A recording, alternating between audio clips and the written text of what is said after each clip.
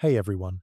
Tonight, we're stepping quietly into the cold, uncomfortable, and dangerously invisible world of medieval bodyguards, the men who stood behind power and often died because of it.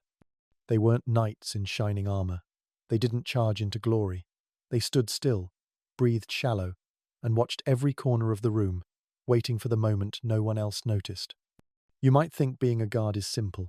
You carry a sword. You protect your lord. But in the medieval world, standing too close to power didn't make you strong, it made you disposable. So before we dive into this quiet descent through torchlit halls and whispered betrayals, take a moment to like the video and subscribe, but only if you actually enjoy calm, dark corners of forgotten history. And let me know in the comments where you're watching from and what time it is. I love knowing who's wandering these strange hours with me. Now, lower the lights, maybe grab something warm, and let's begin. You see, bodyguards didn't ride into battle with banners flying or swords raised to the heavens. They didn't charge into open fields with drums pounding and horns echoing. They stood behind, in shadows. But that didn't mean they were safe. In fact, it meant the opposite, because to be a bodyguard in the medieval world was to live in a place where danger whispered, not screamed. You weren't out there dodging arrows. You were standing 2 feet behind a man everyone secretly wanted dead. You didn't know when it would come. A dagger from a kitchen boy, a poisoned goblet, a nervous advisor with shaking hands and too many regrets. Unlike soldiers, you didn't get the luxury of knowing your enemy. On the battlefield, you had a direction, you had armor, you had orders. But behind palace walls, you had rumors, glances, half-finished sentences, and silence that stretched just a bit too long. You didn't just protect your lord's body, you protected his pride, his secrets, his fragile ego held together by stolen titles and shaky alliances. You stood close enough to hear every breath, close enough to be mistaken for a threat by someone who didn't like the way you looked at the carpet. And when the moment came, because it always came, you weren't just expected to react, you were expected to die, without hesitation, without flinching. Take the blade, fall first, catch the arrow with your ribs. Because that was the job. You didn't win wars, you postponed deaths. Hopefully, not your own. People imagined bodyguards as trusted, loyal, powerful. In truth, most were quiet, exhausted, and afraid to blink at the wrong time. You weren't given thanks, you were given silence. A nod, maybe a coin. And if something went wrong, if your lord tripped, if he dropped his cup, if he flinched, they looked at you. Because if something had happened, it was supposed to be your body that took the hit. You were the shield no one polished, the sword no one remembered.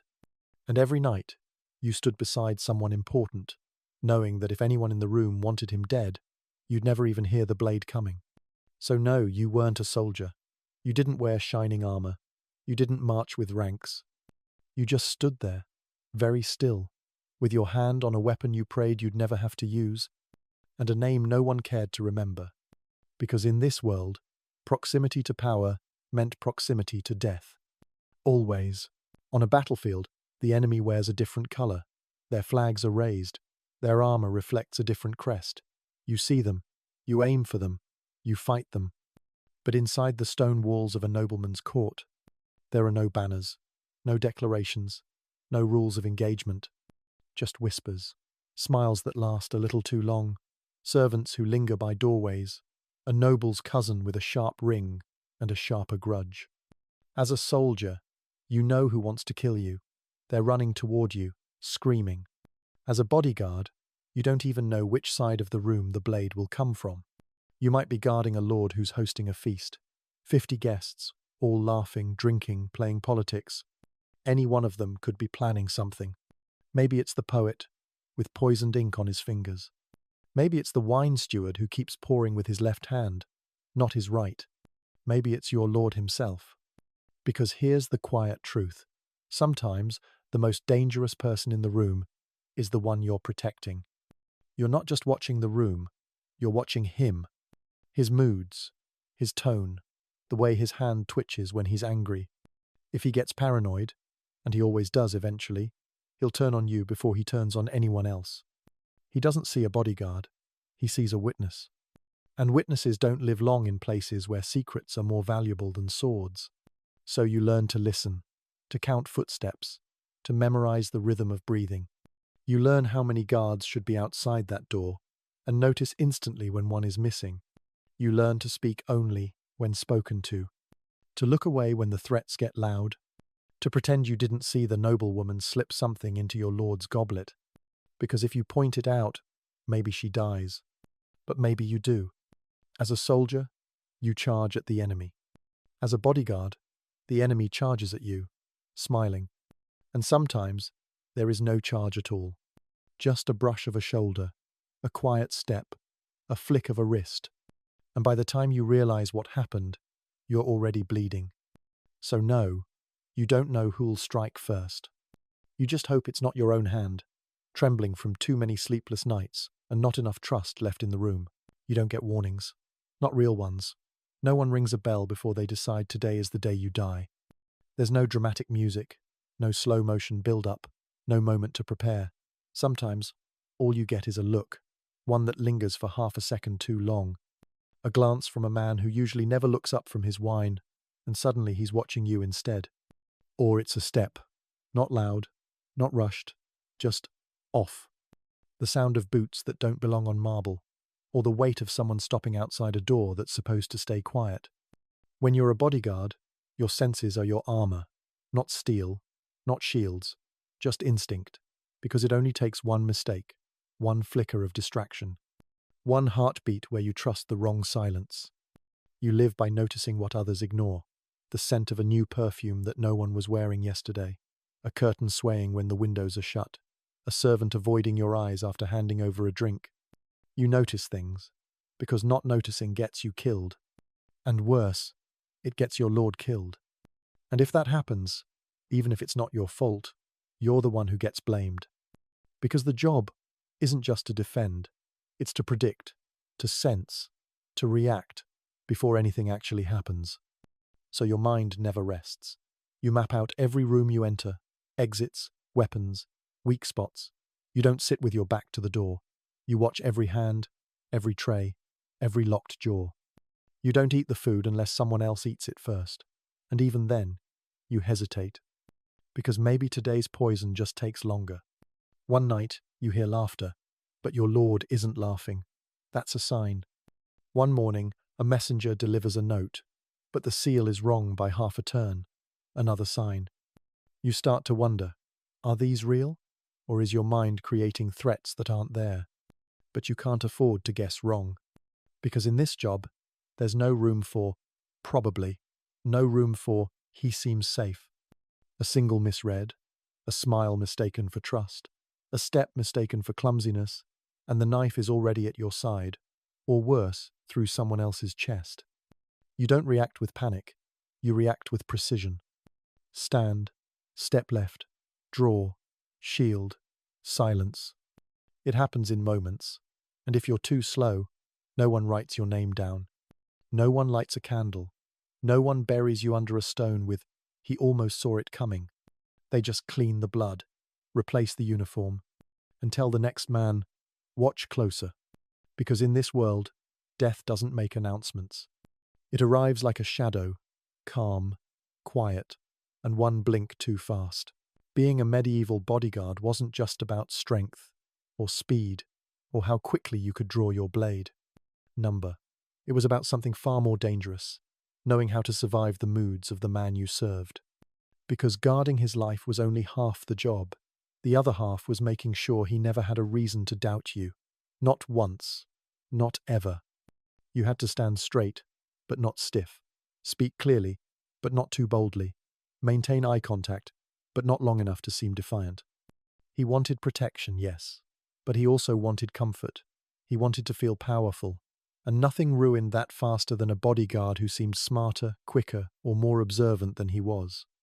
So you had to shrink yourself, just enough to stay useful, just enough to not become a threat.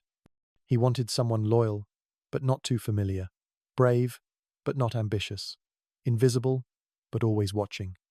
You had to smile at his jokes, even the cruel ones.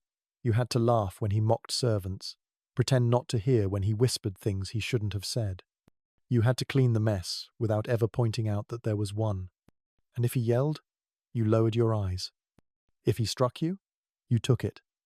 Because reacting, even flinching, might be seen as weakness, or worse, disloyalty. He was your job. His anger, your weather, his fears, your compass, his pride, your cage. Some days, you felt more like a mirror than a man, reflecting whatever he needed to see. Quiet, obedient, calm, no opinions, no feelings, no lines drawn. Because the second you made it personal, the second he sensed you felt anything, you became dangerous. A bodyguard with emotions is a risk. One who questions, even silently, is a threat. So you had to master the art of stillness, not just of the body, but of the soul. Keep everything hidden, even when he made you watch cruelty, even when you knew he didn't deserve the loyalty you gave. You couldn't say no. You couldn't say anything. You were paid to be there, to protect, to absorb, to endure. And no matter how sharp your sword was, it would never save you from the one thing that could truly undo you, a frown from the man you were sworn to serve. Because the real danger wasn't always an assassin in the shadows. Sometimes it was a nobleman in a bad mood. And on those days, your life hung on something far sharper than any blade, his opinion. Soldiers fight with numbers. Assassins fight with surprise. But you fight with neither. You are always alone. And you are never surprised, or at least you can't afford to be. To survive as a bodyguard, strength wasn't enough. You had to be more than strong. You had to be precise, because brute force is loud, and noise gets you killed. You weren't there to win battles. You were there to end threats before anyone knew they'd begun. Faster than a blade drawn from a robe. Faster than a goblet tilting the wrong way. Faster than the flicker of a jealous glance. You trained not just to fight, but to notice. A loose sleeve, a dagger's bulge beneath a belt. The sound of a boot that dragged, when the man wearing it never limped before. You had to see it all, and say nothing. Because sometimes, words were more dangerous than weapons. And above all, you had to be silent. Not just in your footsteps, not just in your breath, but in your thoughts, in your doubts, in your existence. The most successful bodyguards were like shadows, present but unnoticed. You didn't ask questions. You didn't make jokes. You didn't smile too wide or linger too long, because even attention could be mistaken for ambition. And ambition, in your line of work, was a death sentence. You had to be strong enough to take a sword to the chest, but gentle enough to hold a trembling, noble child without shaking yourself. You had to be fast enough to disarm an attacker, but slow enough to not startle your own lord. And you had to be quiet enough to hear the breath change in a man 3 paces behind you, while never once drawing attention to the fact that you heard it. Your training wasn't just in blades or fists. It was in restraint, in stillness, in knowing exactly when to act and when not to. Because if you moved too early, you looked paranoid. If you moved too late, someone bled. And if you didn't move at all, it might be you. This wasn't soldiering. It wasn't heroism. It was choreography performed in silence, with death always one step off beat. No applause, no medals, no cheers when you got it right, only silence. And if you ever made noise, real noise, it was probably your last. So yes, you had to be stronger than a soldier, faster than an assassin, and quieter than your own shadow. Because in the world of lords and knives, the loudest man is often the first to fall. There were no shifts, no start time, no end time, no rotation schedule written on parchment in some warm guardroom. When you served as a medieval bodyguard, your job didn't begin with a bell, and it didn't end until you were replaced or buried. You didn't work in hours. You worked in heartbeats, in glances, in tension. The moment your lord stirred in bed, you were already awake. The moment he stepped into the hallway, you were 6 steps ahead. And the moment he stopped breathing, well, by then, you had likely stopped too. Because you were trained not to guard, but to absorb, to predict, to die before he did, not as a gesture of honor, but as a requirement. Your sleep was light. Your meals were cold. Your days were a blur of stillness, laced with the anticipation of violence. You didn't get to take off your uniform and leave your post, because your post was him, his presence, his shadow, his whims, his enemies. You were a wall with eyes, a silence that breathed, a sacrifice waiting for permission to fall. Every hallway you walked with intention. Every cup you handed him, you considered poisoned. Every stranger in his company, even the ones smiling, you mapped their distance to his neck. There was no backup. There was no second in command. There was only you. And the job didn't wait until you were ready. It didn't pause when you were tired. It didn't soften when you were afraid. It demanded presence, full presence, at all times. The truth is, you weren't on duty. You were the duty. Even when you were sitting, you were watching. Even when you were resting, you were listening. Even when you were silent, you were deciding who would die first if the room exploded in violence. And when the moment came, because it always did, you didn't step forward. You simply fell.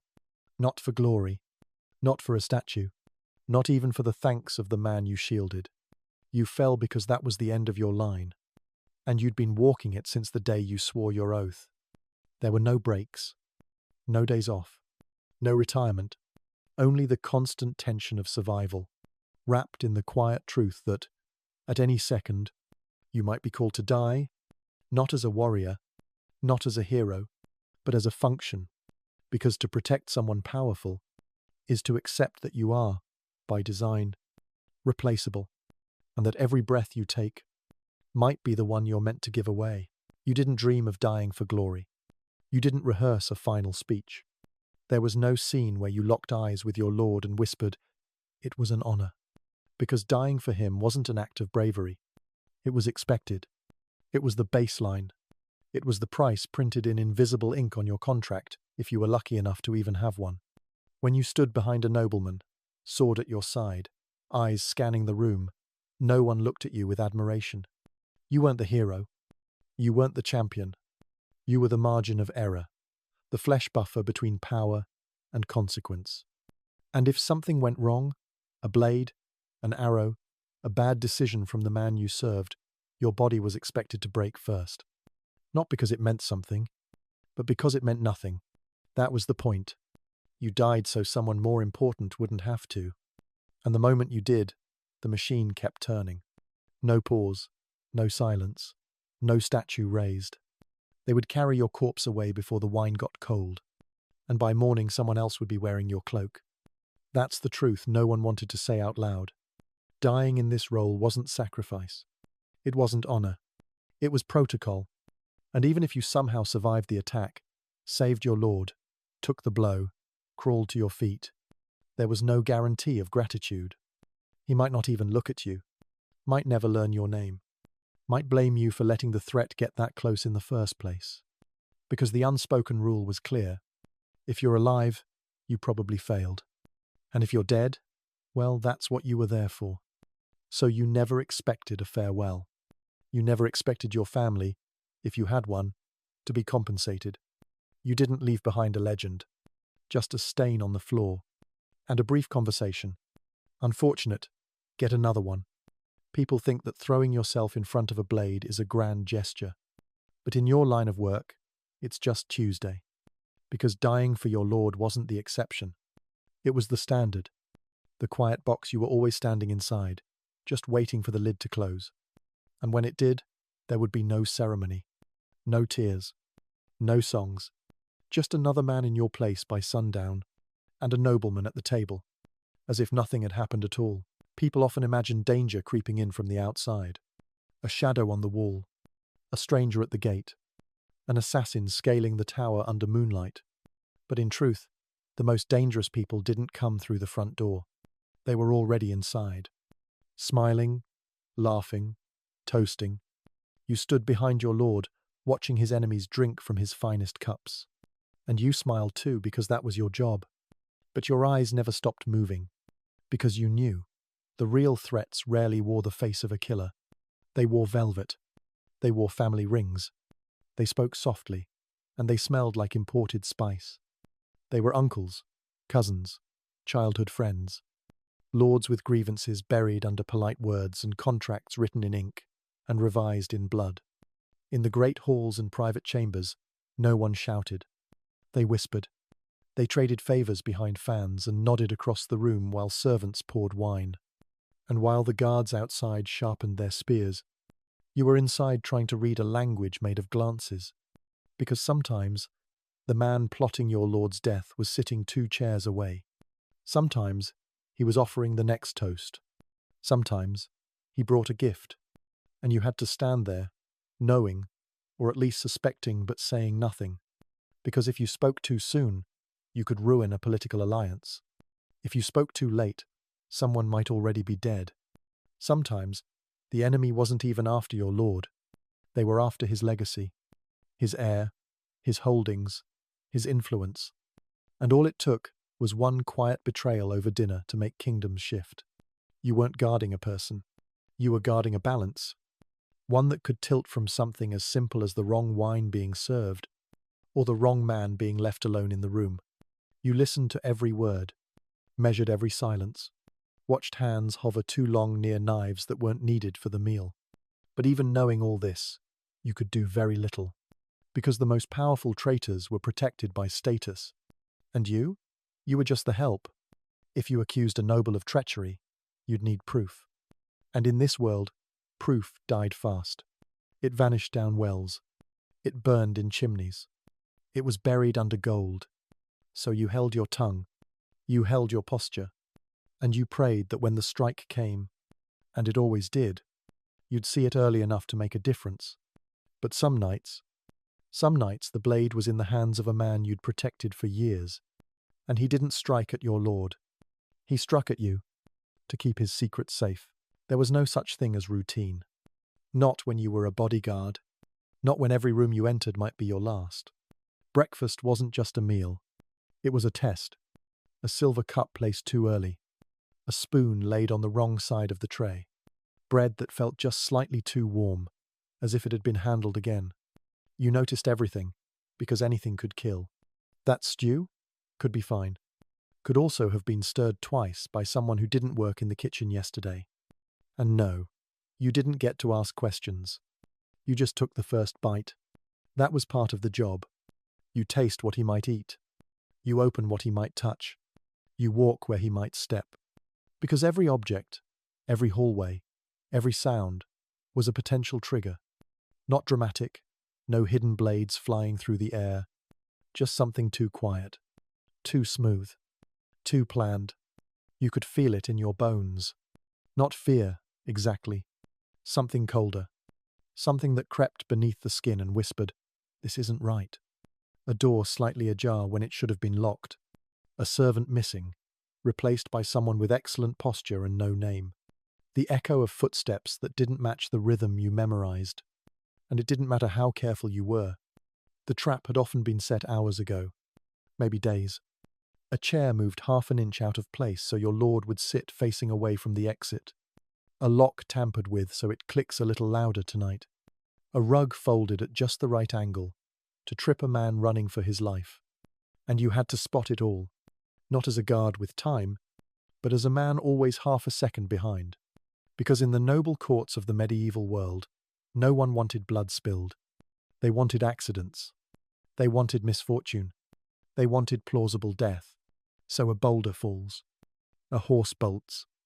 A chandelier drops, just a little too conveniently. And if you were doing your job right, you saw it coming. Not because you were gifted, but because you trusted no one. You questioned everything. You walked each corridor before your lord ever entered it. You watched the hands that poured his wine, and the eyes that looked away too fast. You were the one who took the step first, opened the door first, lifted the goblet first. And one day, one of those steps wouldn't end well, because even the best miss something. But until then, you moved with purpose, with quiet dread braided into discipline, knowing every movement, every door, every harmless gesture could be a performance designed to end a life. And if it had to end, you were expected to make sure it was yours, No one tells stories about the man who stood behind the throne. They speak of kings, of victories, of wars won and banners raised. They speak of generals with silver scars, of knights who died dramatically, swords held high. They write songs for them. They carve their names in stone. But the one who took the first blow, the one who slept lightly, who ate cautiously, who died without a word, he gets nothing, because being a bodyguard wasn't meant to be remembered. It was meant to be useful, functional, disposable. You didn't wear armor laced with gold. You didn't ride a warhorse. You didn't get cheered when you walked into a hall. You were simply there, one pace behind, close enough to act, far enough to be forgotten. That was your entire existence. To remain alert, invisible, and replaceable. You were the last barrier between chaos and order. But no one called you a hero for that. They just expected it. You were the shadow they didn't look at. The silhouette burned into the background of every important painting. Always blurred, always unnamed. When the throne stood tall, they praised the king. When the kingdom fell, they blamed the enemies. No one asked about the man who caught the arrow before it reached the crown. And even if they did, what would they say? That you stood well? That you died quietly? That was never enough for a story. You had no legacy. No descendants bragging of your deeds. No crest on a shield passed down through generations. Your only reward was the moment your lord breathed safely, and didn't thank you for it. Because in this world, survival was assumed. Your sacrifice was a line in no book.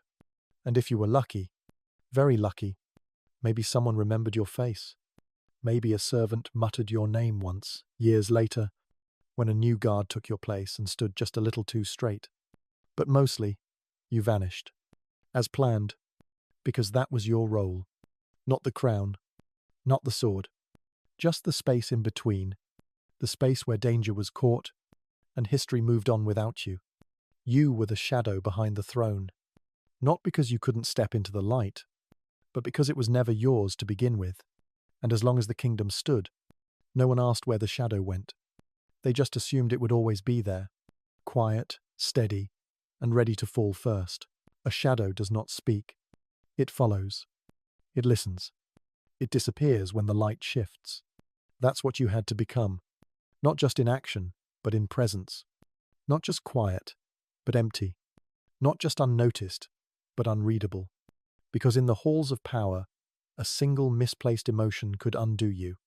A flicker of doubt in your eyes. A tightening of your jaw when your lord said something cruel.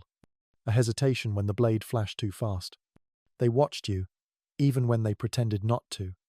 And if you felt too much, too visibly, they would feel something in return. Suspicion. So you learned early, don't react. Not when you're insulted. Not when you're scared. Not when the wrong man gets rewarded, or the right man is buried without a name. You saw injustice. You saw betrayal. You watched alliances break, lives end, lies win. And you said nothing, because that's what a shadow does. But you weren't empty. You weren't made of smoke. You had feelings. You just didn't get to show them. You felt grief when a fellow guard vanished overnight. You felt anger when a trusted servant took a bribe and left the door unlatched. You felt pride when your instincts saved a life, and shame when they didn't. But there was no space for any of it. No time to process. No one to confess to. You buried it all in the stillness between steps. In the silence between breaths. You let it collect behind your ribs like dust in an unused room. Because there was nowhere else to put it. You couldn't cry. You couldn't shake. You couldn't scream. You learned to nod instead. To adjust your belt. To walk slowly down a hallway with a weight in your chest and a mask on your face. Even joy was dangerous. Smile too easily, and someone thinks you're plotting. Laugh, and someone thinks you're relaxed. Relax, and someone wonders why. So you lived tense, constantly folded inward, like a letter no one would ever open. And when people looked at you, they didn't see a man carrying the emotional wreckage of 100 near deaths.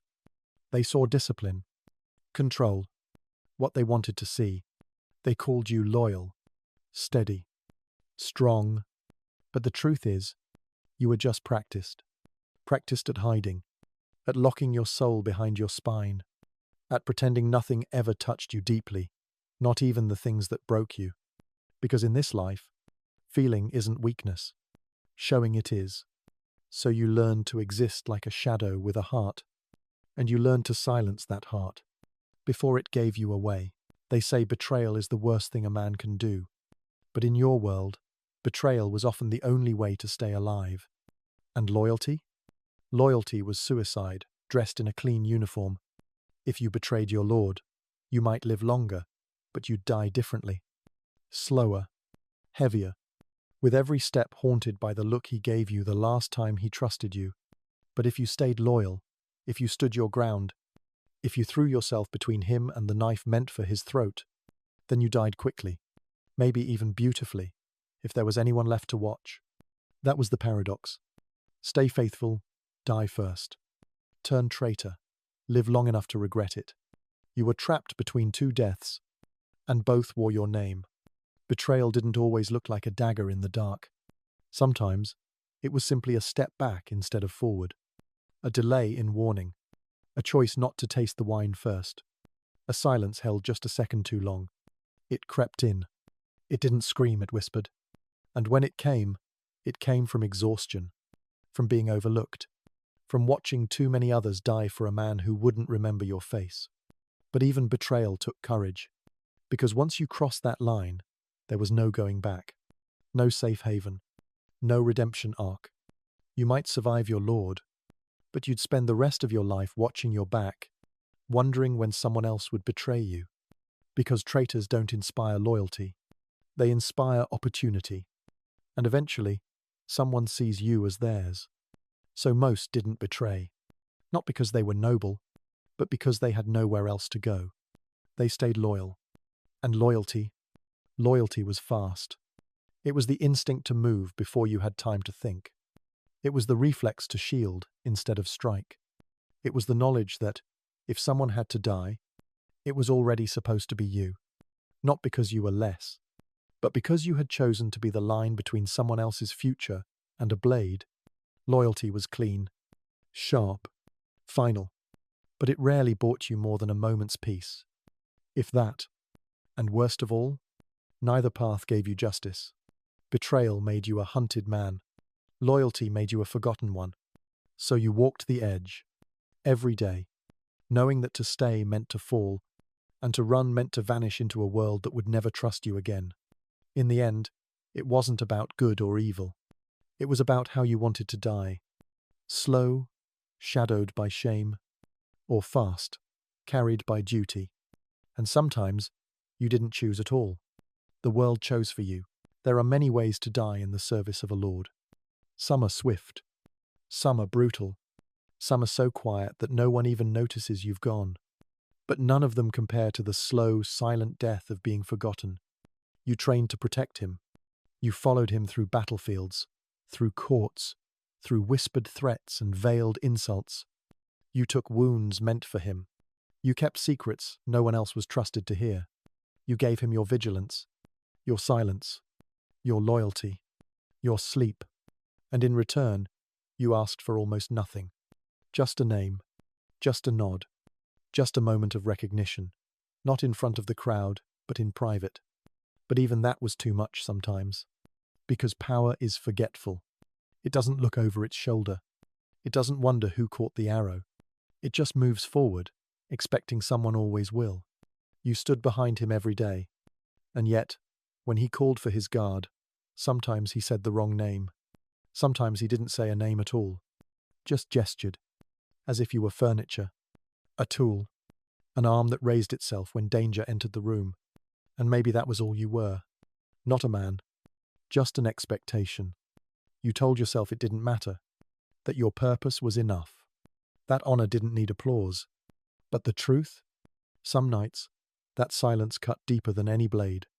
Because even the bodyguards who die in service don't always die in memory. Their names aren't sung. Their graves, if they have them, are unmarked. Their stories are absorbed into the background of a nobleman's legend.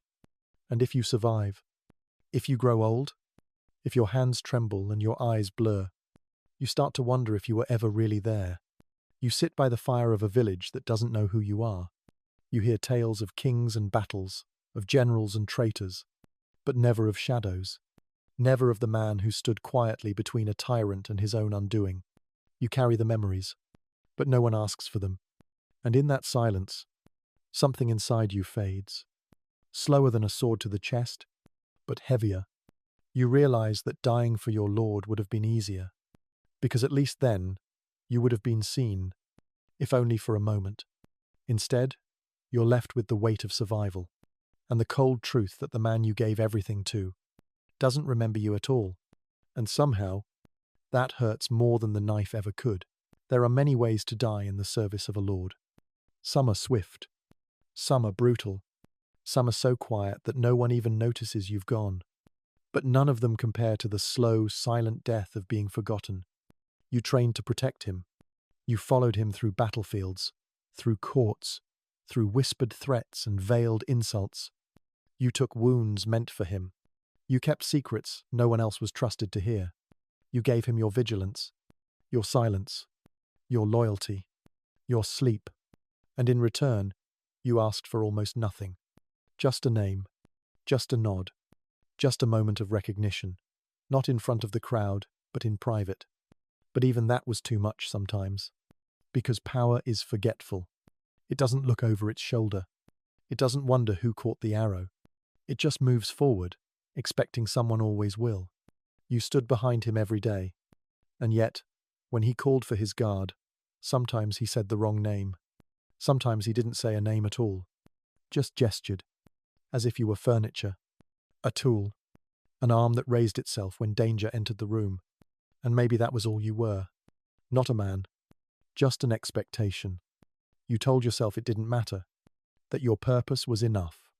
That honor didn't need applause. But the truth? Some nights, that silence cut deeper than any blade. Because even the bodyguards who die in service don't always die in memory. Their names aren't sung. Their graves, if they have them, are unmarked. Their stories are absorbed into the background of a nobleman's legend. And if you survive, if you grow old, if your hands tremble and your eyes blur, you start to wonder if you were ever really there. You sit by the fire of a village that doesn't know who you are. You hear tales of kings and battles, of generals and traitors, but never of shadows, never of the man who stood quietly between a tyrant and his own undoing. You carry the memories, but no one asks for them.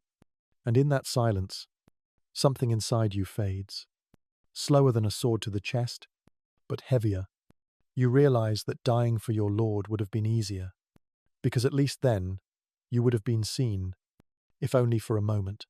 Instead, you're left with the weight of survival, and the cold truth that the man you gave everything to doesn't remember you at all. And somehow, that hurts more than the knife ever could.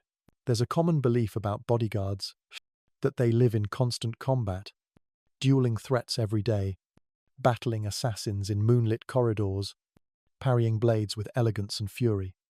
But the truth is quieter, and far sadder. Most bodyguards didn't fight often. They rarely drew their swords. Some went years without ever lifting a weapon in true defense. Because fighting wasn't the job. Dying was, and not in a blaze of glory. Not in some slow-motion, heroic charge, but in the blink of an eye, in a breath between one step and the next. You could go an entire career without shedding blood, but you still had to be ready, every single moment, to give yours, not with meaning, not with understanding, but simply because the job demanded it. You weren't trained to win. You were trained to fall at the right time. You learned how to place yourself in just the right angle, just the right distance from the man you served. So if a blade came, it would find you first. And most of the time, you didn't even know who held the blade. Or why. Maybe it was politics. Maybe revenge. Maybe your lord insulted the wrong man's wife 5 years ago at a wedding he already forgot. None of that mattered. You didn't get context. You didn't get answers. You didn't get clarity. Only instincts. Only reflexes.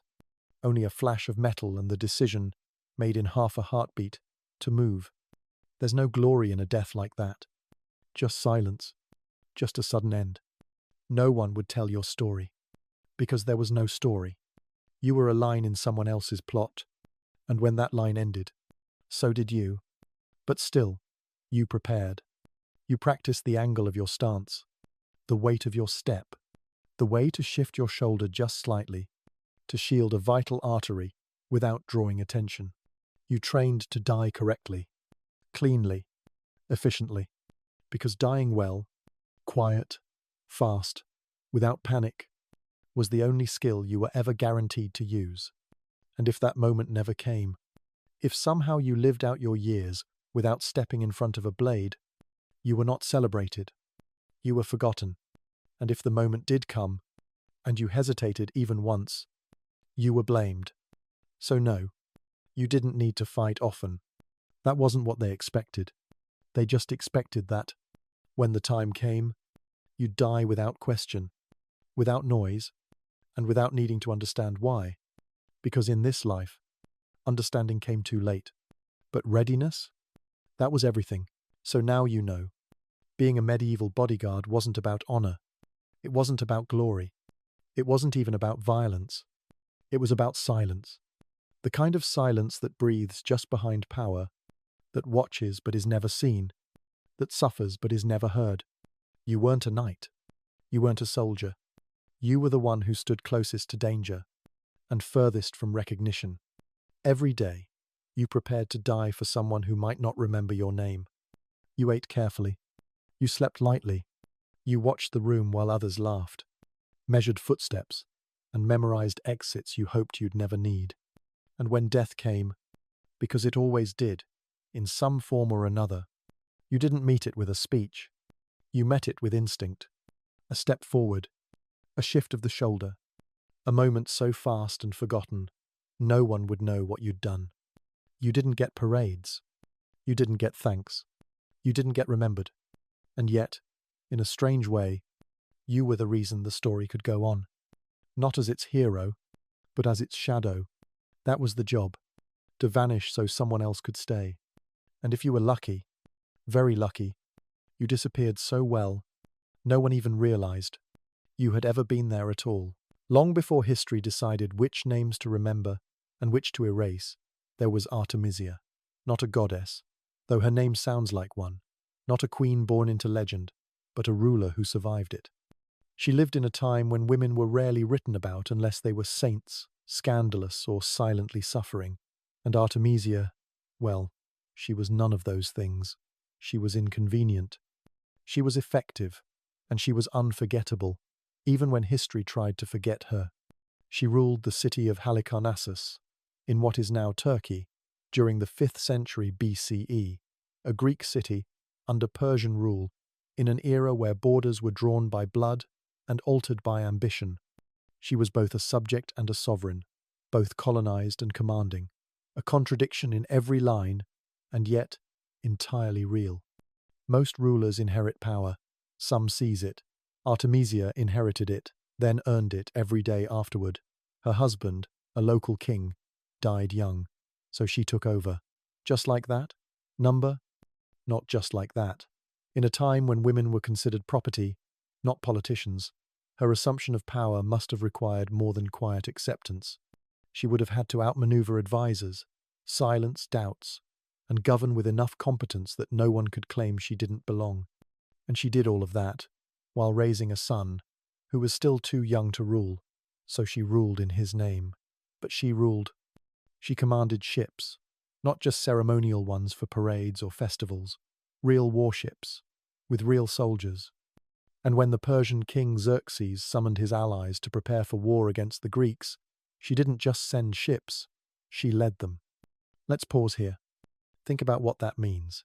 You, modern listener, may be used to women commanding businesses, leading governments, launching rockets into orbit. But in Artemisia's time, a woman on a ship was considered bad luck. A woman in battle was nearly unthinkable.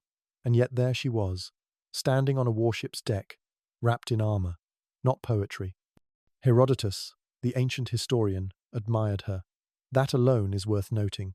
He was Greek, and Artemisia fought against the Greeks. But even he couldn't ignore her presence, her cunning, her restraint. He didn't write about her like she was a curiosity or a footnote. He wrote about her like she mattered.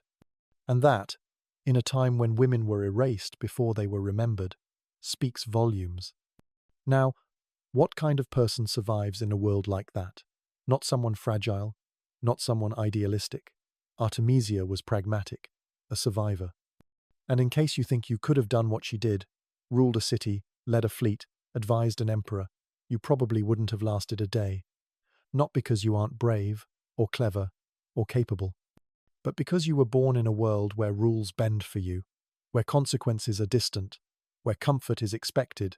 Artemisia lived in a world with none of that. She couldn't afford softness. She couldn't afford mistakes. She had to be sharper than the men who doubted her, more ruthless than the rivals who circled her, and more patient than the historians who would try to overlook her. And she was. But she wasn't loud about it. There are no great speeches, no proclamations. She didn't write letters begging to be remembered.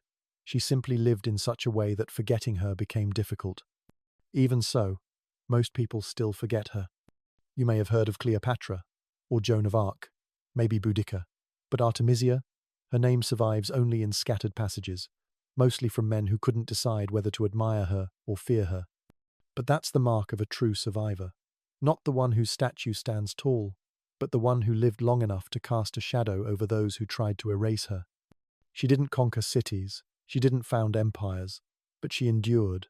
And sometimes, especially in a time built to break women down, endurance is the most radical act of all. So the next time you hear of the Battle of Salamis or the Persian Wars, remember, somewhere in that smoke, in that sea of shouting men and shattered hulls, there was a woman. Alone, armored, deliberate. Her name was Artemisia, and history, try as it might, could not forget her completely. Artemisia was born Greek. She spoke Greek. She worshipped Greek gods. She lived in a Greek city, and yet she fought for the Persians. It's the kind of detail that makes modern readers pause. Why would a Greek queen sail her ships into battle against her own people? Was she a traitor? Was she coerced? Or, more likely, was she simply a realist? To understand Artemisia's choice, you have to understand her world. Halicarnassus, the city she ruled, sat on the western coast of what is now Turkey. At the time, it was a Greek colony, yes, but also part of the Achaemenid Persian Empire. The people there were Greek in language and culture, but Persian in politics and taxes. To defy Persia would be to rebel, and rebellion, in the ancient world, rarely ended in happy independence. It ended in fire, in salt, in silence. So, Artemisia didn't rebel. She aligned, not out of love, but out of strategy. If you were her, ruler of a small city, widow, mother to a young son, balancing power on the tip of a dagger, would you really risk everything for a vague idea of cultural loyalty? Or would you choose the empire with the biggest army, the longest memory, and the shortest patience for dissent? She chose survival, not out of fear, but because survival was a kind of wisdom. In a time when women barely held space at the dinner table, she carved out authority over a city. She protected her people, her position, and her child, and she did it by staying on the side of power, the side that wouldn't flatten her city the moment it sensed disobedience. That side happened to be Persian. Now, some might compare her to someone switching sports teams, as if she was born cheering for one side, then suddenly wore another jersey. But that's too simple. This wasn't about passion or betrayal. It was about navigating the currents of empire and not getting dragged under. And yes, it confused people, even in her own time. The Greeks, understandably, found her decision hard to forgive. A woman was fighting against them. That alone was surprising. But a Greek woman, helping their enemies? It didn't fit the story they wanted to tell, so she became an anomaly, a name written with tension. But the Persians didn't mind. In fact, they respected her. Xerxes, the great king of kings, welcomed her fleet. He gave her a seat among his commanders. And later, he would listen to her advice, though not always act on it. He didn't care that she was Greek. He cared that she was smart, efficient, brutally competent. In war, results matter more than origin, and Artemisia delivered results. She didn't give flowery speeches about loyalty or bloodlines. She didn't speak in riddles about destiny or virtue. She showed up with ships. She commanded them well. She understood tactics. She saw through bluffs. And when the time came, she would make decisions that others, men included, lacked the courage or clarity to make. Still, to many observers, her alignment seemed like betrayal. That's the weight of identity. People expect you to act in line with your birthplace, your language, your myths. But Artemisia wasn't interested in meeting those expectations. She didn't see herself as bound by borders others drew for her. She ruled a Greek city under a Persian empire, and she saw no contradiction in that. Only reality. To fight for Persia wasn't an act of treachery. It was an act of clarity. You might not last a day in her shoes, not because of the war, or the politics, or the armor, but because of the decisions, because the world she lived in didn't offer clean choices. There was no safe ground to stand on, no perfectly moral option. Every path was paved with compromise, and only the ruthless, or the wise, could see that and keep moving. She wasn't trying to be remembered. She was trying to endure. And she did. That's why her story still flickers in the footnotes of old texts. That's why her name, though nearly forgotten, hasn't vanished completely. Because she lived in the grey space between loyalty and survival, and she lived well. So yes, Artemisia was Greek. And yes, she fought for Persia. That's not a contradiction. That's a life. The sea was quiet, but not peacefully so. It was the kind of quiet that hums in your bones before a storm. A silence stretched too long, like breath held too tight.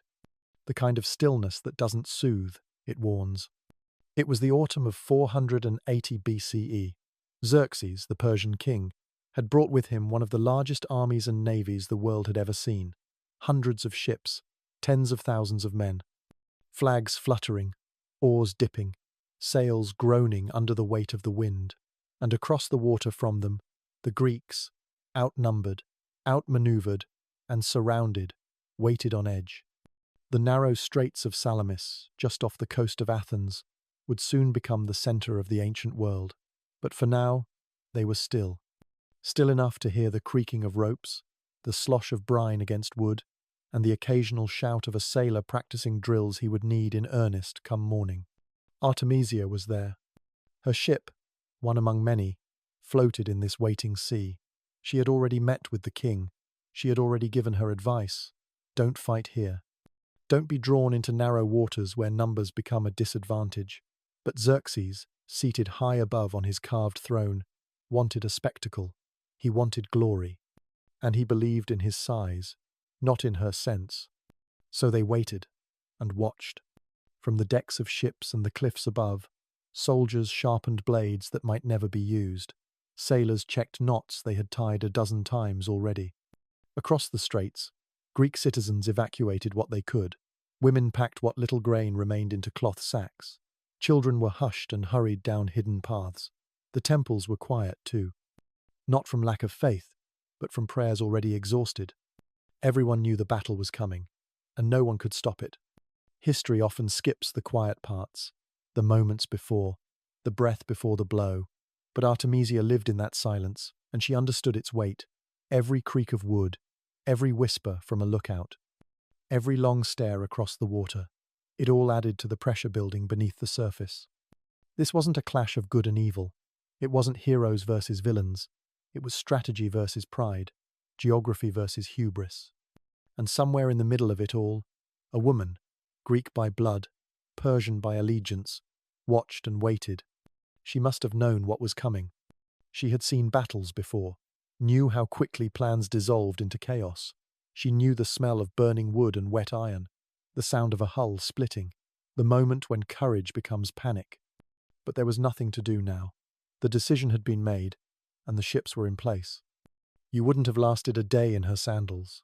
Not because of the bloodshed, though that was surely coming, but because of the waiting, the silence, the responsibility, knowing that you had warned them, knowing they hadn't listened, and knowing you would have to fight anyway.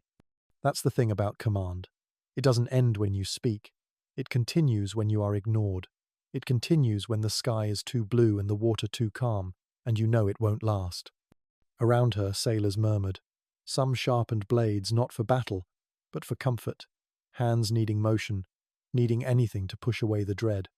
Some stared out across the waves, as if they could see the future rising from the horizon. Others simply slept, or tried to. War waits for no one, but fatigue doesn't care. And so the night fell slowly, the air thick with salt and anticipation. Fires flickered on the beaches. Officers whispered strategy into the ears of lieutenants who already knew what they would do, because it was what they had always done. Fight, row, survive. But not all would. Morning would bring confusion, smoke, screams, the sound of bronze smashing into oak, and water, cold, red, endless. But for now, the night simply hung there, still, too still. Artemisia stayed on deck. She didn't pray to the gods of Greece. She didn't weep for what might happen. She stood, silent, watching the shorelines disappear into shadow. She wasn't afraid, or if she was, she didn't show it, because she knew something most of the men around her hadn't yet realized. The battle hadn't started, but the war already had. There were hundreds of commanders in Xerxes' navy, men from every corner of the vast Persian Empire, Phoenicians, Egyptians, Babylonians, Lydians, Carians. Some wore gold, some carried blades. Some ruled entire provinces. All were men, except one. Her name was Artemisia. She had no equal, not because she sought greatness, but because she simply refused to sink. In a world where women were written into myths, but rarely into history, she stood on the deck of a warship, real and alive and inconvenient. She wasn't born with power. She inherited a city, yes, but she kept it with wit, and that, in the ancient world, was more difficult than conquest.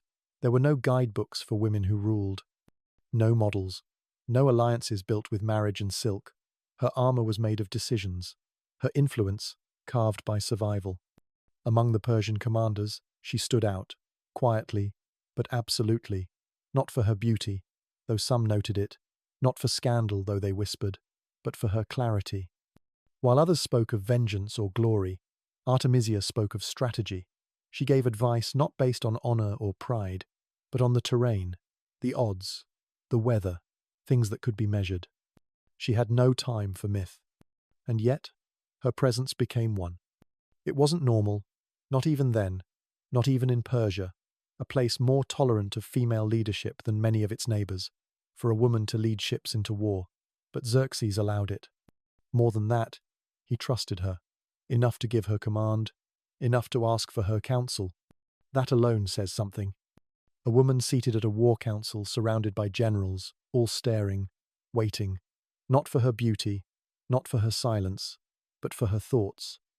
That moment, even if it lasted only a few minutes, was more than most women in history were allowed, and she didn't waste it. You might imagine her dressed in flowing robes. You might imagine her soft-spoken, careful. But on a warship, there is no room for performance. No one bows at sea.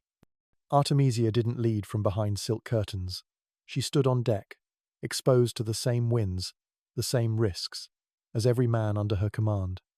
That's leadership, not presence but participation. And still, she remained the only one, the only woman in that fleet. Hundreds of ships, thousands of men, and her. Do you know what that does to a person? To be the only one of your kind. To walk into a room and know that every whisper might be about you, that your failure would be remembered more vividly than others' success, that your survival would have to be earned twice as hard and still might be called luck. You wouldn't have lasted a day, not because of the war, not because of the sailing, but because of the way doubt lingers, not just from others, but from within. The way your victories get measured by different standards, and your losses, magnified. But Artemisia didn't flinch. She didn't overcompensate. She didn't soften her voice to appease, or raise it to dominate. She just spoke, thoughtfully, clearly, strategically. She didn't need to shout to be heard. Her logic did the talking, her results even more so. When the other commanders grew restless, eager for battle, drunk on numbers, she warned them. Salamis was a trap, she said. The Greeks knew the straits better. They were faster, more coordinated in narrow water. Xerxes should not fight there.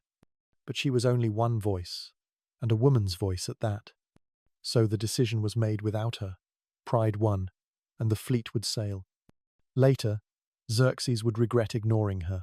But in that moment, he was like so many others, drawn to the noise of confident men, deaf to the warnings that whispered from quieter mouths. Still, she didn't sulk. She didn't withdraw. She returned to her ship, gave her orders, braced for the chaos ahead. Because that's what a commander does. She knew the odds, knew the currents, knew that history wouldn't be kind, whether she succeeded or failed. But she still led her men into battle, not because she believed in glory, but because that was her job, and because no one else could do it for her. Victory is usually drawn in bold strokes, statues, swords, speeches. We imagine it as loud, final, glorious. But sometimes, victory is quiet. Sometimes, it looks like retreat. That's something Artemisia understood better than most. The Battle of Salamis began just as she predicted it would. In confusion, Persian ships rushed into narrow waters, expecting a swift victory. Instead, they found themselves trapped. The Greeks, outnumbered but organized, used the terrain like a weapon. Their smaller ships maneuvered easily. The Persians could barely turn. It was chaos. Ships collided, splintered, capsized. Orders were shouted, then swallowed by wind and war. Oars broke. Flames spread. Wood cracked. Sailors leapt into the sea. There was no time for strategy, no room for pride, just survival. Artemisia watched it unfold from her deck. She had warned against this, told Xerxes not to fight in these waters, but the decision had been made. Now, all she could do was keep her crew alive. And she did. When other commanders panicked, she remained calm. While others charged blindly, she maneuvered carefully. And then, when escape became the only option, she made her most famous decision. She turned her ship around and rammed one of her own allies. Yes, one of her fellow Persian allied ships. It was a carrion vessel, like her own, but unlike hers, it was damaged and already retreating. By striking it, she confused the Greeks who were chasing her. They saw the attack and assumed she must be on their side. A Greek ship, maybe, caught in the fray. They let her go. It worked. She slipped out of the battle and survived. Now, was it heroic? Number? Was it honorable? Probably not. But was it smart? Absolutely. In war, survival is sometimes the only form of success. Artemisia didn't stay to prove a point. She didn't go down with her ship for glory. She chose to live. And in doing so, she preserved not just herself, but her men, the people who followed her, the city she ruled, the sun waiting for her to return. It was not cowardice. It was clarity. She wasn't there to impress anyone. She was there to endure. You wouldn't have made that choice. Not because you're not brave, but because you've been taught to fight to the end, to hold your ground, to believe that retreat is failure. But in Artemisia's world, that belief would get you killed. She knew when the tide had turned. She read the battle like a book already ending, and she turned the page before it burned. It's easy to judge from a distance, easy to talk about loyalty and courage and sacrifice, but harder to stand on the deck of a burning ship, surrounded by screaming men, choking smoke, shattered wood, and decide, calmly, that survival is worth more than spectacle. Her decision was bold, yes, but it was also lonely. No one cheered. No one sang. History nearly missed it. Except Xerxes. He watched the battle from a golden throne on a hill above the sea. He saw one ship moving decisively through the wreckage. He saw it strike another and escape the Greek line. He didn't know it was Artemisia. Didn't know she had rammed an ally. He just saw results. That ship, he said, fought like a man. Of course, it wasn't a man. It was her. He later rewarded her, not just for surviving, but for thinking, for acting when others froze, for doing what needed to be done without waiting for permission. That's the thing about victory. It doesn't always look the way you expect. Sometimes it looks like wisdom, like restraint, like backing away from a fire before it consumes you. And that's what Artemisia did. She was one of the few Persian commanders who returned home after Salamis. Her ships weren't scattered, her city wasn't punished, her people weren't lost to the sea, because she knew the difference between bravery and bravado, between ambition and recklessness, between fighting for victory and dying for nothing. And in the end, that made her the most successful commander of them all. The decision to fight at Salamis was not made on impulse. It was discussed, argued, whispered in tents, declared on maps drawn in sand. Before the battle, there was a council, one of those rare moments in history where war pauses to listen to words. And Artemisia was there. She wasn't there to smile politely or nod in silence. She had been summoned for her mind, not her manners. Xerxes, king of kings, sat before a gathering of commanders, proud men from every edge of his empire, each representing ships, troops, prestige. But only one woman. She stood among them, calm, composed, and utterly out of place. And yet, she spoke. Her voice, lightly quiet, carried more weight than many louder ones. She didn't flatter. She didn't echo the chorus of eager generals who called for a quick strike. She offered caution, reason, geography. She warned the king directly. "Do not fight at Salamis," she said. "It is a trap. The waters are too narrow. The Greeks know them well. Their ships are smaller, faster. Here, your numbers will become your weakness, not your strength." It wasn't emotion. It wasn't fear. It was strategy. The Greeks, she reminded them, had every advantage in these straits. While the Persians had more ships, they would be forced to move in confined spaces, unable to turn, unable to use their size.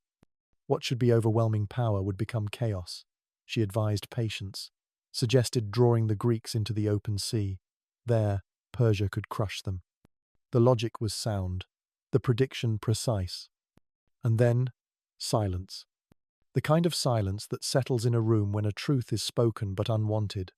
No applause, no echo of agreement, only the stillness of pride too thick to bend.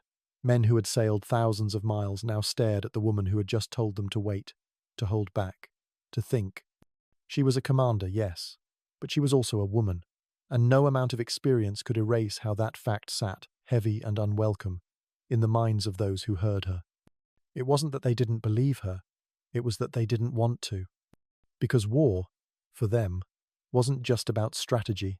It was about image, about legacy, and about proving something, not only to their enemies, but to themselves.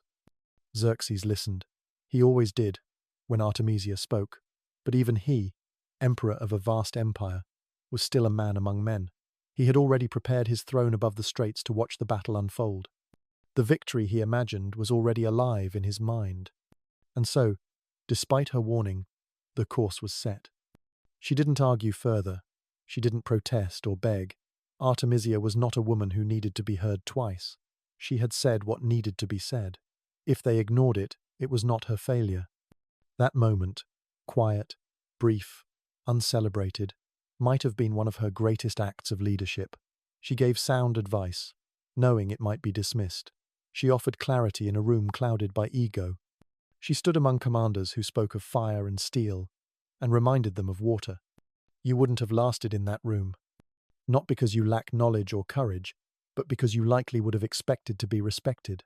Artemisia expected nothing, not courtesy, not applause, not obedience, only the right to speak. She earned it, and when her words vanished into silence, she accepted that too. Because war councils aren't about democracy, they are about momentum, and in that room, the momentum was toward conflict. No one wanted to look cautious. No one wanted to appear weak. And no one, not even a king, wanted to hear that victory might cost more than it was worth. So they ignored her, and she returned to her ship. Not in anger, not in defeat, but with a clear understanding of what would come next. She didn't need prophecy. She had logic, and logic told her that many of the men in that room would not return. And they didn't. The Battle of Salamis would go on to prove her right. But she never said, "I told you so." History is full of men who rushed into disaster.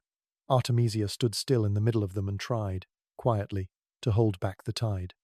And sometimes, silence is not ignorance. It is warning, unheeded. The battle began not with fanfare, but with movement, oars cutting through water like knives through cloth. The Persian ships rode into the straits of Salamis under the rising sun, banners lifting in the breeze, bronze flashing along the hulls. From the hill above, Xerxes watched. The victory he had imagined was now in motion, but the sea did not move in his favor. At first, it looked orderly. The great Persian fleet entering formation, ship after ship spreading into the narrow waters. But the straits were deceptive, wide enough to invite confidence, narrow enough to betray it. The moment the front lines began to engage, the illusion of control broke. The Greek ships moved fast, faster than expected. They darted in and out of lanes, turning sharply, using the coastline like an ally. Their crews knew these waters. Their captains had fought together before. The Persians had numbers, but the Greeks had unity, and the straits belonged to them. Then came the sound. Not shouting, though there was plenty of that, but the deeper noise, the groan of timber under stress, the scream of hulls colliding, the splintering crack of ships meeting head-on. It echoed across the water like thunder beneath the surface. Wood buckled, masts fell, bronze rams punched through painted hulls, men leapt into the sea, others were thrown. And still, the ships kept coming. Persian vessels tried to maneuver, but there was no room. One backed up, another turned too late, another drifted into the wrong line. Soon, they were crashing into each other more than the enemy. Oars tangled, signals misread, orders lost in the wind. From above, it might have looked like a storm, shipwrecks in motion, but this was not weather, it was design. The Greeks had lured the Persians into a box, then closed the lid. Artemisia was there, in the middle of it. Her ship wasn't at the front, not by chance, but by judgment. She had known what was coming. Her sailors held their formation as best they could, rowing hard, cutting through the smoke and shouting. Around her, flames leapt from shattered decks. Arrows rained from towers. The sea turned black in some places, red in others. She gave orders. Short, clear, calm. Turn left. Pull back. Watch for the rocks. Steer toward the light, away from the noise. And then, one of her own ships blocked her escape. A friendly vessel, slower, damaged, drifting. Its presence was a danger.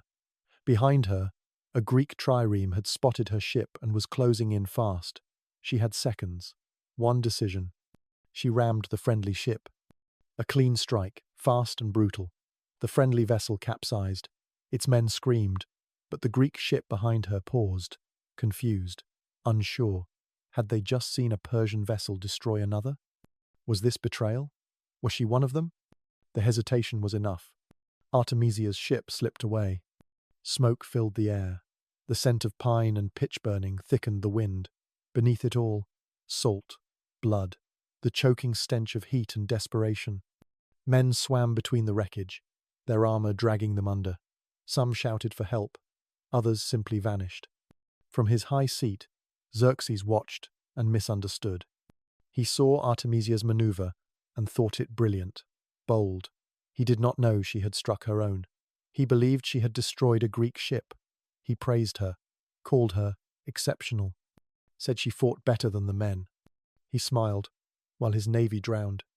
And Artemisia did not correct him, because in war, perception is often stronger than truth, and silence, at the right moment, can be a shield sharper than steel.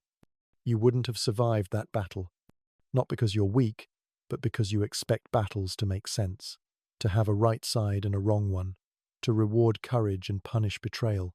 But Salamis was not that kind of fight. It was a trap full of smoke and noise, where instinct mattered more than honor, and living meant making choices no one would understand. Artemisia made hers, and she lived. When the battle ended, the sea was covered in debris, planks, corpses, torn sails, half-sunken hulls. The Persian fleet, so vast, so sure, was broken. And among the few ships that returned, hers sailed steady. No victory songs, no dramatic speeches, just silence. And in that silence, Artemisia endured. In battle, there are moments that happen too fast for honor to speak. The water doesn't care who is friend or foe. Fire doesn't ask for allegiance. And Artemisia, alone on the sea, surrounded by wreckage, had no time to explain herself. One enemy ship was closing in, fast. A Greek trireme, sharp and steady, had spotted her vessel through the smoke. They were gaining. Behind her floated another ship, slower, damaged, Persian, a fellow ally. And then Artemisia made her move. She turned. With full force, she rammed the allied ship in front of her. Bronze smashed through wood. The friendly vessel cracked and rolled. Its sailors cried out, some jumping overboard, others disappearing beneath the surface. There was no warning, no hesitation. The Greek ship behind her slowed. They had just seen what looked like a Persian ship destroy another. In the chaos of battle, in the swirling smoke and shattered flags, confusion was as deadly as any blade. They paused, uncertain. Was she Greek? Had she defected? Was this part of some trap? They chose not to chase her, and that pause was all she needed. Artemisia's ship slipped into the fog, the oars stroking with precision, disappearing into the noise of war. To many, this moment would later seem ruthless, cold, unforgivable. To attack a comrade, even in confusion, is not easily explained. And yet, in that instant, Artemisia had done exactly what she had to do. She survived. She made a decision that saved her crew. She protected her command. She avoided death, not through strength, but through calculation. Was it betrayal? Or was it brilliance? That's the kind of question history rarely answers. It only remembers results. And the result was this. Her ship returned safely. Her sailors lived. Her fleet, what remained of it, still had a leader. Back on shore, no one accused her. No charges were brought. The commander of the ship she struck was already dead, or too embarrassed to speak. And Xerxes, watching from his golden throne above the battlefield, had seen the whole maneuver, but he didn't see the truth. He believed she had destroyed a Greek ship. He turned to his court and praised her. "My men have become women," he said, "and my women have become men." A strange compliment, but in that moment, it meant honor, approval, recognition. He didn't know she had struck one of her own, and she didn't tell him. Because sometimes, in war, silence is safer than truth. You might find it hard to understand. In your world, there are rules. In your world, betrayal is a headline, and loyalty is currency. But Artemisia lived in a world without such comfort. The sea did not reward virtue. It rewarded instinct. And hers was sharp. She knew she could not outfight every Greek ship. She knew her orders would not save her. What saved her that day was one clear moment of ruthless decision-making. The kind of moment you wouldn't wish for, but that makes the difference between memory and oblivion. No songs were written about it, no statues carved, but the maneuver worked. And that, for Artemisia, was enough. She didn't weep for the ship she destroyed. She didn't write down her justification. She didn't apologize, because in her world, surviving was reason enough. That's what makes her different. She didn't need to win in the eyes of the crowd. She didn't need to be remembered as brave, or noble, or pure. She needed to get her ship out of that strait. She needed to live, and she did. Most of the men who called for battle drowned in it. Their names are lost. Their ships are buried beneath the sea. But Artemisia's name endured, not because she was kind, or strong, or even victorious, but because she understood the rules of her world better than anyone else. And she knew how to break them when it mattered. So yes, she struck an ally. And yes, she lived. That may not make her a hero in the way stories often prefer, but it makes her unforgettable. And in war, that might be the highest form of victory. Xerxes did not fight at Salamis. He watched. From a hill above the straits, seated on a golden throne built just for the occasion, he observed the battle unfold, like a play written in fire and wood. His advisors stood nearby. Scribes waited, ready to record a victory. Servants stood motionless, their arms heavy with food that would go cold. The King of Kings had come to witness the sea bend to his will. But the sea did not listen. Below him, his fleet twisted into confusion. The narrow waters of Salamis punished their size. Ships collided, orders vanished into wind and smoke. Victory slipped through fingers like sand.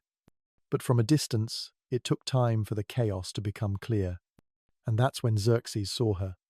One ship moving with purpose. Amid the broken lines, one vessel pivoted sharply, rammed another with full force, then glided away. A clean maneuver, a confident strike. Where others flailed in panic, this ship acted with intent. Xerxes turned to his men. "Do you see that?" he said. "That ship fights like a man." But it wasn't a man, it was Artemisia. He didn't know what he was looking at, not fully. He didn't know that the ship she struck was her ally, that the maneuver, while clever, was born of desperation, that it was survival disguised as attack. From his distant seat, he saw only what he wanted to see: courage, clarity, control. And he praised her. The irony, of course, is that if he had known the truth, he might not have been angry. He might have admired her even more. Artemisia had done what few others had managed. She had survived the unwinnable. She had made chaos work for her, and she had done it without asking permission. Still, the misunderstanding served her well. To the rest of the Persian court, she was now something more than competent. She was fearless, the only commander who had delivered something that looked like victory. While others returned with broken hulls and lost men, she returned intact. A ship whole, a crew alive, a story whispered. You might wonder why she didn't correct him, why she didn't explain what had really happened. But Artemisia wasn't concerned with credit or clarification. She understood the value of silence. She let the king believe his version of events, because his version favored her. And in politics, as in war, perception often mattered more than truth. She didn't need to claim glory. It had already landed at her feet. There are moments in history when power shifts not because of speeches or swords, but because someone looked strong at the right time. Artemisia had created one of those moments, and she didn't waste it. While Xerxes buried himself in frustration, realizing slowly that Salamis had not gone his way, he still looked at Artemisia as proof that some part of his plan had succeeded. She became his exception, his symbol, his shield against complete embarrassment. One ship, one woman, one mistake he turned into praise. And she let him. Because Artemisia understood something timeless. Sometimes, you don't need to be right. You just need to be remembered. History rarely pauses for people like Artemisia.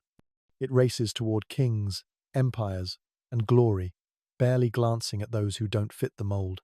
A woman leading ships in a war she wasn't meant to survive. That was never supposed to be remembered. But somehow, it was. She didn't win the war. She didn't conquer cities or rewrite borders. She didn't stand in the ashes and declare herself a legend. She simply made decisions. Hard ones. Quiet ones. The kind that don't look like victory until the chaos clears, and she's the only one left standing. She warned the king. She watched the fleet sink. She made her move. She survived. Others would be praised for dying with honor. She was remembered for living with intention.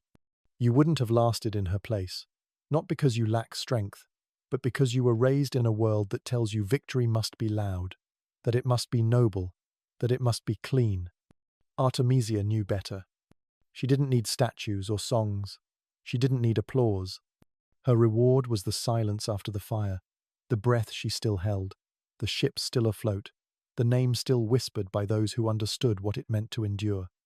And sometimes, that's enough. Before coins clinked in pockets, before banknotes rustled in fingers, before anyone said, "Just tap your card," people still had to get what they needed: food, clothes, tools, shelter. But in a world without money, how did they do it? They traded. Not stocks or shares, not Bitcoin or gold, just stuff, things, objects that had value, real, physical value. A basket of eggs for a clay pot, a bolt of wool for a loaf of bread, a bundle of firewood for a few fish. You had what I wanted, I had what you needed, so we made a deal.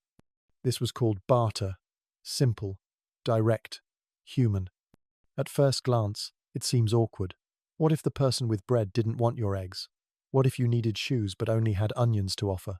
These were real problems, but people found solutions. Small communities developed their own sense of value. They remembered trades. They made promises. They built trust. In many places, exchange wasn't about price. It was about balance, fairness. You give me enough wheat to feed my family for 3 days, and I'll help repair your roof. There were no receipts, no contracts, just memory, reputation, and a good handshake. In a village, people knew each other. If someone broke a deal, word spread fast. Reputation was your credit score. There were no wallets, no safes, but everything had weight. Everything meant something. One mistake, one unfair trade, and you could find yourself alone, unwelcome, without bread or shelter. But barter had a beauty to it. It made trade human, personal, slow, yes, but sincere. And creativity bloomed. People learned to offer not just objects, but time and skills. A weaver might trade cloth for a doctor's help. A potter might give bowls to someone who played music at their child's naming feast. Even laughter had value, even stories. Sometimes, a community agreed on certain items that were always useful. These became early forms of proto-money, not official currencies, but widely accepted tokens of value. Salt, for example, or grain, or precious shells. These things lasted. They could be stored. They could be counted. But before all that, barter was king. Imagine waking up hungry. You don't have bread, but you have honey. You carry your jar to the baker's house. Maybe he needs honey. Maybe not. If not, maybe he'll take it because his wife likes it. Or maybe he'll suggest you go to the beekeeper's neighbor who needs help with a goat. If you help the neighbor, he'll give you cheese. You can bring the cheese to the baker. Then, maybe, you get your bread. It wasn't efficient, but it worked. And it taught patience, social skills, negotiation. People talked more. They listened more. Trade was not just a transaction, it was a conversation. Children learned to trade toys and stones. Elders traded advice and stories. Nothing was wasted. Everything found a place in the quiet economy of trust. Still, this system had limits. It worked best in small groups, villages, tribes, tightly knit towns. Once populations grew, once strangers started trading with strangers, once you couldn't remember who owed what, the barter began to break down. That's when people started inventing things to represent value, things that were easy to carry, easy to count, and hard to fake. But before coins and credit, the world was built on trade by hand and word. And in many ways, it worked beautifully. It wasn't about profit, it was about survival, about relationships, about knowing your neighbor. You didn't just buy food, you earned it, you bargained for it. You knew the story behind every loaf of bread, every carved spoon, every woolen shawl. Some say we've come far since those days, that today is more convenient, more modern. But maybe, when you hand over a few dollars for a sandwich and barely look up, we've lost something too. It sits quietly on your table. You sprinkle it on fries. You barely notice it. But once upon a time, salt was powerful. Salt was precious. Salt was worth almost everything. In the ancient world, salt wasn't just a seasoning, it was a lifeline, a miracle in crystal form. Before refrigerators, freezers, or iceboxes, salt was the only way to keep food from rotting. It preserved meat, fish, vegetables. It made travel possible, trade possible, survival possible. No salt, no food storage. No food storage, no cities, no armies, no civilizations. So yes, salt was a big deal. It was so important that it shaped roads, borders, and empires. Roman soldiers were sometimes paid in salt. That's where the word salary comes from. To be worth your salt meant you earned your keep. You deserved your pay. Imagine that. Working all day in the sun, building roads or guarding a fort, and at the end of the week, instead of coins or cash, your commander hands you salt. And you'd be thrilled. Because salt could buy almost anything. It was tradable, storable, and always in demand.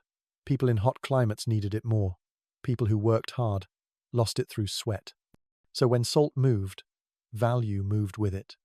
In North Africa, caravans crossed the desert, trading slabs of salt for gold. Literally, salt was heavy, solid, and stacked like bricks. In some cases, it was guarded like treasure. Wars were fought over it. Kingdoms taxed it.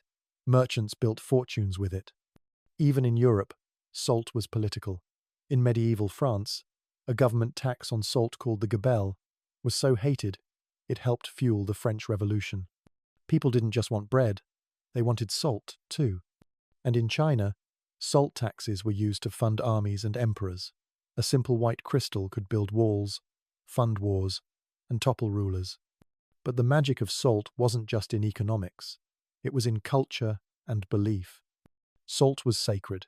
People thought it had purifying powers, that it could drive out evil, protect the home, bless a newborn. In many places, spilling salt was bad luck. In others, throwing salt over your shoulder could undo a curse.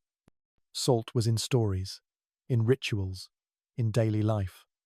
It was placed in tombs, offered to gods, sealed into deals. To eat salt with someone meant to share trust. To break bread and salt together was to make a bond. And it was everywhere, except where it wasn't. Some places had easy access to salt. Coastal towns could make it from seawater. Inland cities had to trade or dig deep into the earth to find salt mines, dark, glittering caverns where people risked their lives for the chance to scrape the walls. Salt mining was dangerous, but it made fortunes. Whole cities rose around salt, like Salzburg in Austria. The name literally means salt castle, not gold castle, not bread castle, salt castle. It's strange to think about now. Today, salt is cheap. It's common. You can buy a big bag for a few dollars. It's in your kitchen, in your snacks, even in your toothpaste. You probably use it every day and never think twice. But thousands of years ago, salt could decide who lived and who starved. It was money, it was medicine, it was power, and it still is, in quiet ways. Your body needs salt. Without it, your muscles don't move. Your heart doesn't beat right. Your brain can't send messages. It balances your fluids, your nerves, your life. Too little? You grow weak, dizzy, lost. Too much? Your blood thickens. Your heart strains. So salt has always been about balance. A little goes a long way. In ancient times, a handful of salt could be priceless. Today, it's forgotten in the corner of your pantry. But it hasn't changed.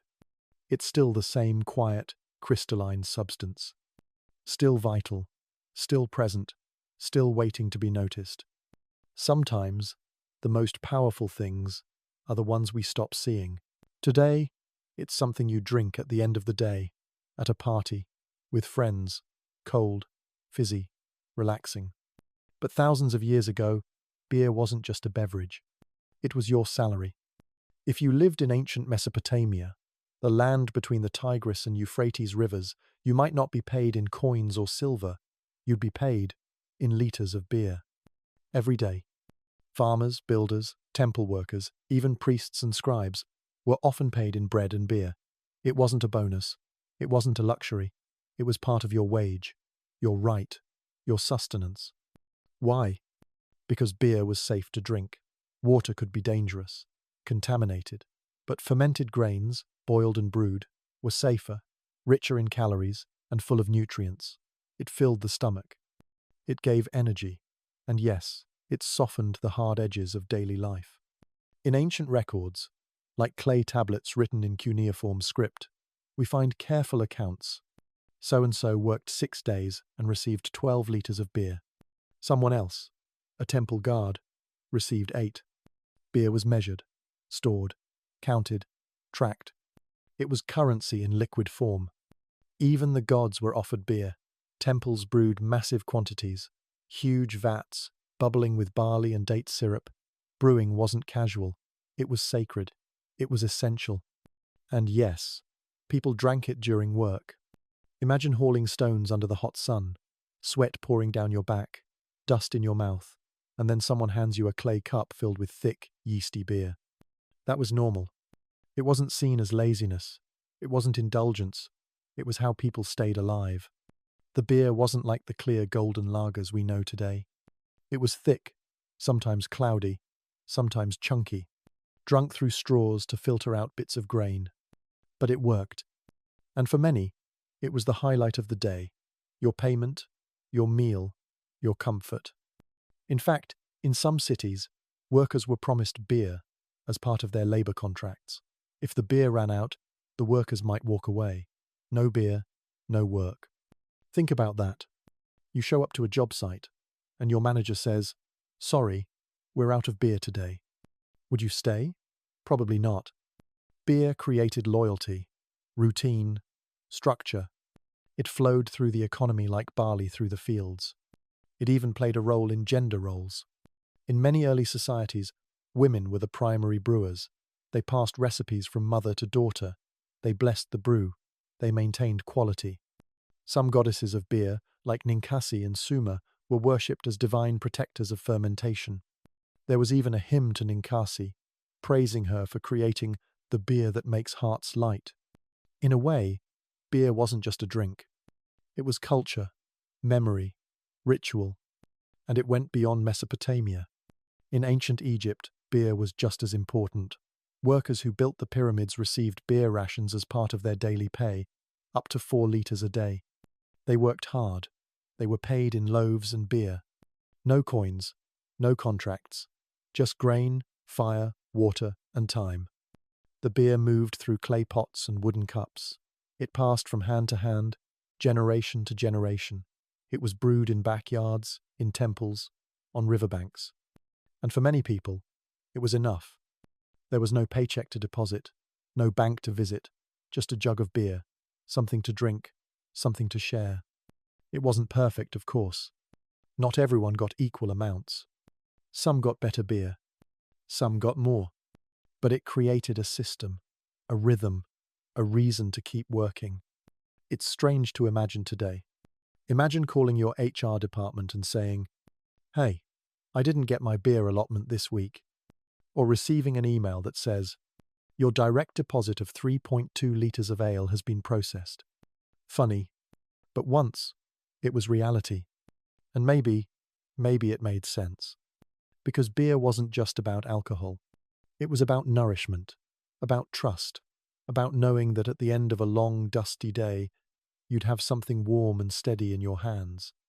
Something brewed with care, shared with others, earned with effort. A paycheck you could sip. Money has taken many forms. Today, it's digital, numbers on a screen, plastic cards, banknotes, coins. But long ago, before governments minted coins or printed currency, people found value in things that grew, glimmered, or roamed the earth. And some of those things might surprise you. Imagine holding a handful of black peppercorns. They roll between your fingers, tiny, hard, fragrant. You sprinkle them on food without thinking. But in medieval Europe, those little black seeds were worth their weight in silver. Pepper didn't grow in Europe. It came from far away, India, Southeast Asia, the islands beyond. It had to be harvested, dried, packed, shipped, and traded across deserts and seas. The journey was long, the supply was limited, the demand enormous. Spices weren't just flavor. They were power. They preserved meat. They masked the taste of food gone bad. They symbolized wealth, status, and connection to the exotic unknown. So pepper became money. In the Middle Ages, you could pay rent with pepper. You could settle a debt, buy land, impress a noble. There were spice vaults, spice markets, even spice taxes. And when a nobleman died, his pepper stock might be mentioned in the will. They called it black gold. Elsewhere in the world, different things held value. In North America, before coins arrived, many indigenous peoples used animal furs, especially beaver pelts, as currency. Warm, durable, and essential for winter survival, furs were both practical and prestigious.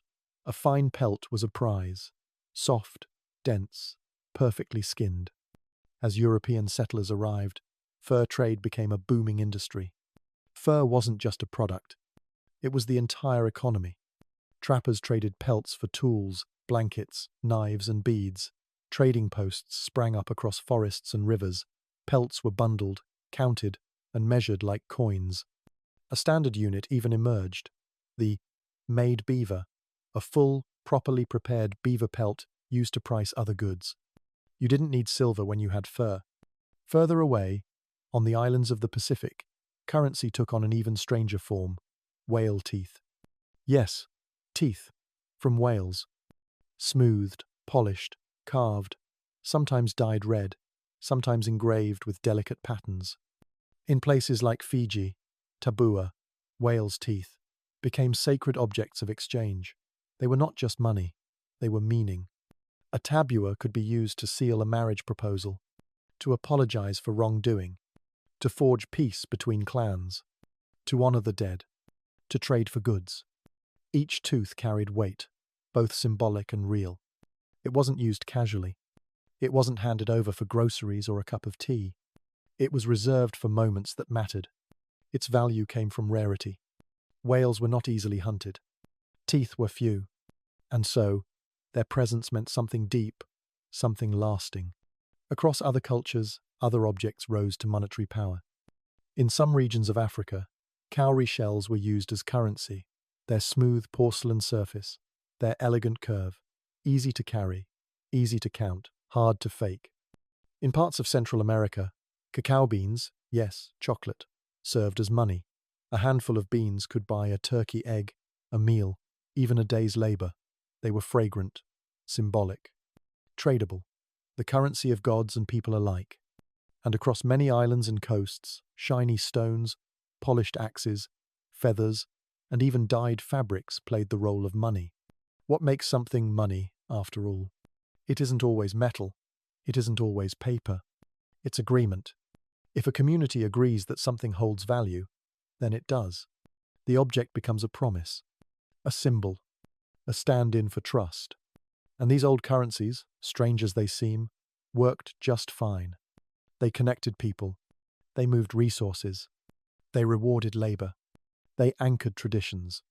Today, we might laugh at the idea of trading a peppercorn for a bag of grain, or giving someone a whale tooth as part of a business deal.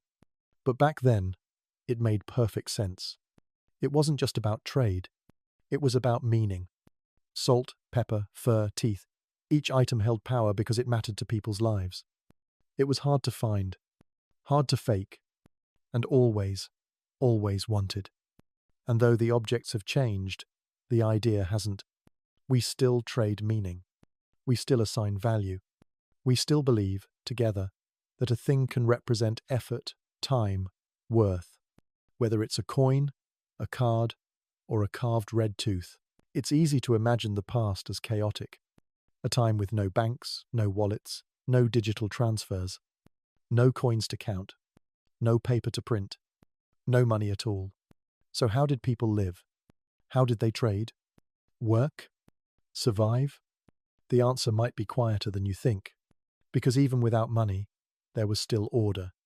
In early human societies, people didn't wake up each day and wander in confusion, wondering how to get what they needed. They had systems. Not systems made of metal or ink, but of memory, relationships, and rhythm. Trade happened, yes, but so did something softer, reciprocity. I help you today. You help me tomorrow. No coins, no contracts, just trust. In many villages, people remembered what was given and what was owed, not in ledgers, but in stories. Who mended whose roof, who lent a goat, who brought herbs when a child was sick. It was an economy of favors, of gestures, of time. 10 eggs for a bundle of wool. A basket of apples for 2 hours of help with the harvest. No price tags, just shared understanding. It may sound imprecise, but it worked. People knew their neighbors. They spoke face to face. Reputation mattered more than gold. If someone was greedy, selfish, or unfair, word traveled. And slowly, that person might find fewer open doors, fewer helping hands. Social pressure was its own kind of currency. Work was valued. Effort was seen. Everyone had something to offer: strength, skill, stories, songs. And in this world, honor was a form of credit. If someone helped often, gave freely, hosted generously, they were trusted. When they needed help, others answered, not because they were rich, but because they were good. In some cultures, hospitality was sacred. A guest might be fed and sheltered without question. To give food to a stranger wasn't just kind, it was expected. The value wasn't in what was exchanged, but in being human together. Still, there were ways to keep things clear. Some communities used tokens or tallies, small physical markers of a promise. In medieval Europe, split sticks, called tally sticks, recorded debts. One side kept by the giver, the other by the receiver. They fit only together, like a puzzle. In Incan society, knots on strings, called quipu, recorded everything from harvests to tax obligations. One knot meant a unit, two meant double. Different chords, colours, and lengths told entire stories. It was bookkeeping, woven. In island cultures, strings of beads or shells marked weddings, trades, and milestones. The materials varied, but the meaning remained. We remember. These tools weren't always about ownership. They were about memory, shared truth. And for many generations, they kept the peace. Even children grew up learning these rhythms. They knew which family grew grain, who caught fish, who made blankets. They knew when help was needed and when help would come back around. Life wasn't fast. It wasn't transactional, but it had balance.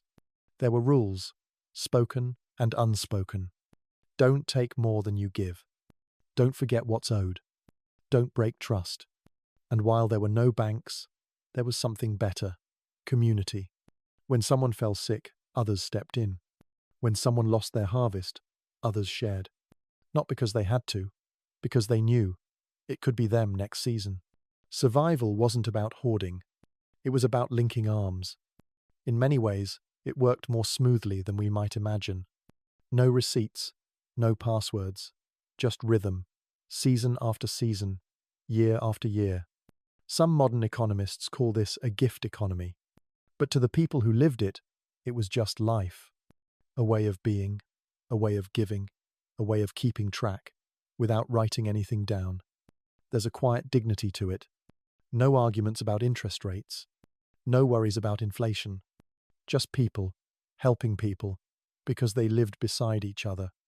Of course, it wasn't perfect. There were disputes, misunderstandings, times when someone took too much, gave too little. But even then, balance returned.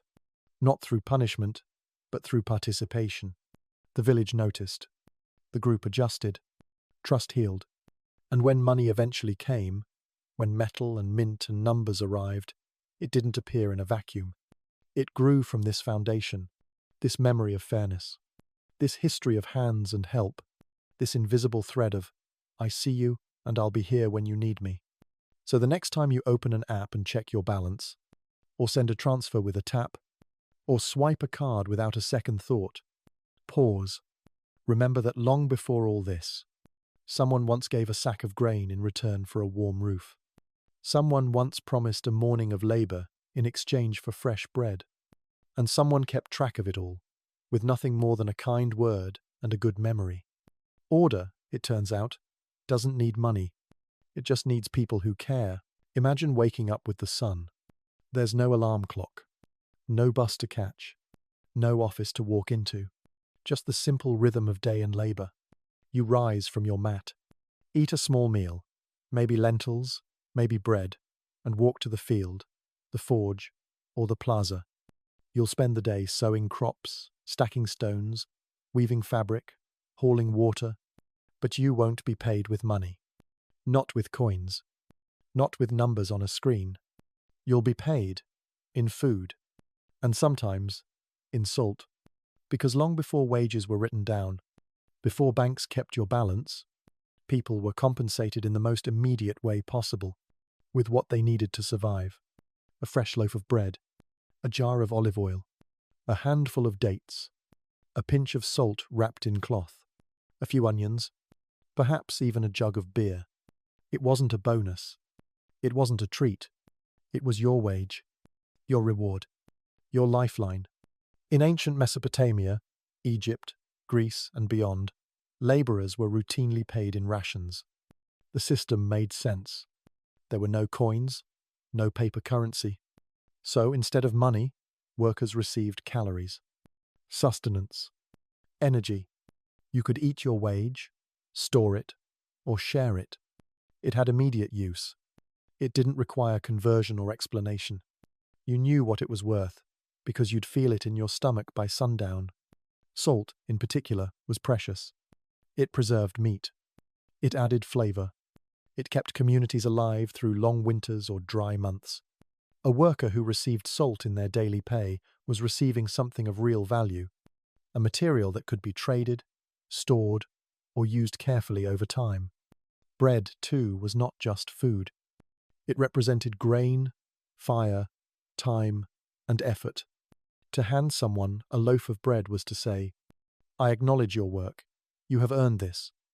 In ancient Egypt, pyramid builders were paid in bread, beer, and sometimes onions. They were fed in communal kitchens, vast operations that turned wheat and barley into fuel for human hands. Each portion matched their role. Higher-skilled workers got larger rations, but everyone got something. It wasn't about profit. It was about balance. In some towns, laborers were paid at the end of each day. Elsewhere, they were compensated weekly, with baskets of goods measured out carefully. Olives, cheese, fish, grain. These items weren't wrapped in packaging or stamped with logos. They were given hand to hand, sometimes still warm, sometimes still dusty from the field. There was no payslip, just a nod, a thank you, a passing of something tangible. The beauty of this system was its simplicity. You worked. You ate. There was no waiting, no bureaucracy, no long delay between effort and nourishment. And while the system wasn't perfect, some were still overworked or underpaid, it was deeply human. People knew who grew their food, who baked the bread, who salted the fish. Each meal was connected to someone's labor. Wages varied by season, by need, by region. Sometimes a worker might receive eggs or fruit, sometimes wool or milk. In colder regions, they might receive fat, dried meat, or root vegetables. In every case, the wage was tied to survival, not status, not luxury, just staying alive. And this created a sense of equality. The man building homes and the woman grinding grain were often fed from the same pot. There were differences, of course, just like today. But the gap between people was smaller. The basics were shared. And sometimes, the pay had personality. One family might bake softer bread. Another might cure their fish better. A certain batch of beer might be more prized, more flavorful. Wages were functional, yes, but they were also relational. You didn't just receive calories. You received care. Someone's recipe. Someone's craft. There was pride in that. You could say, "I worked for the house by the river, and their bread is always fresh." Or, "I helped build the wall today, and they paid us with honeyed dates." And at the end of the day, when your body was sore and your hands were tired, you could sit down with your earnings, simple, honest, and earned. You didn't need to calculate tax, didn't need to track deductions. Just eat, share, rest. It's easy now to forget this kind of economy. We live in a world of invisible numbers, digital deposits, contactless payments. But once, your labor returned to you in the shape of something you could taste. And maybe, something about that made life feel more real. So next time you break a piece of bread, or taste salt on your tongue, remember, once, these were more than flavor. They were wages. They were thanks. They were survival. And a day's work, paid in food, was not a small thing. It was everything. Before money, before coins, before the rustle of banknotes or the glow of a digital balance, there were knots. Debt is older than currency, older than contracts, older than anything written down, because long before people invented money, they borrowed, they promised, they helped, and were helped in return. But how do you remember a debt when you don't have a pen? When you don't use numbers? When nothing is written? You use what you have. You use string. And so, across the ancient world, in mountains, on islands, in dry valleys and forested plains, people invented a language of fiber. The most famous of these systems is the quipu. It was used by the Inca and other Andean civilizations. A quiet technology, a visual language, a form of accounting made from thread. A quipu wasn't a single rope. It was a central cord from which hung dozens, sometimes hundreds, of coloured strands.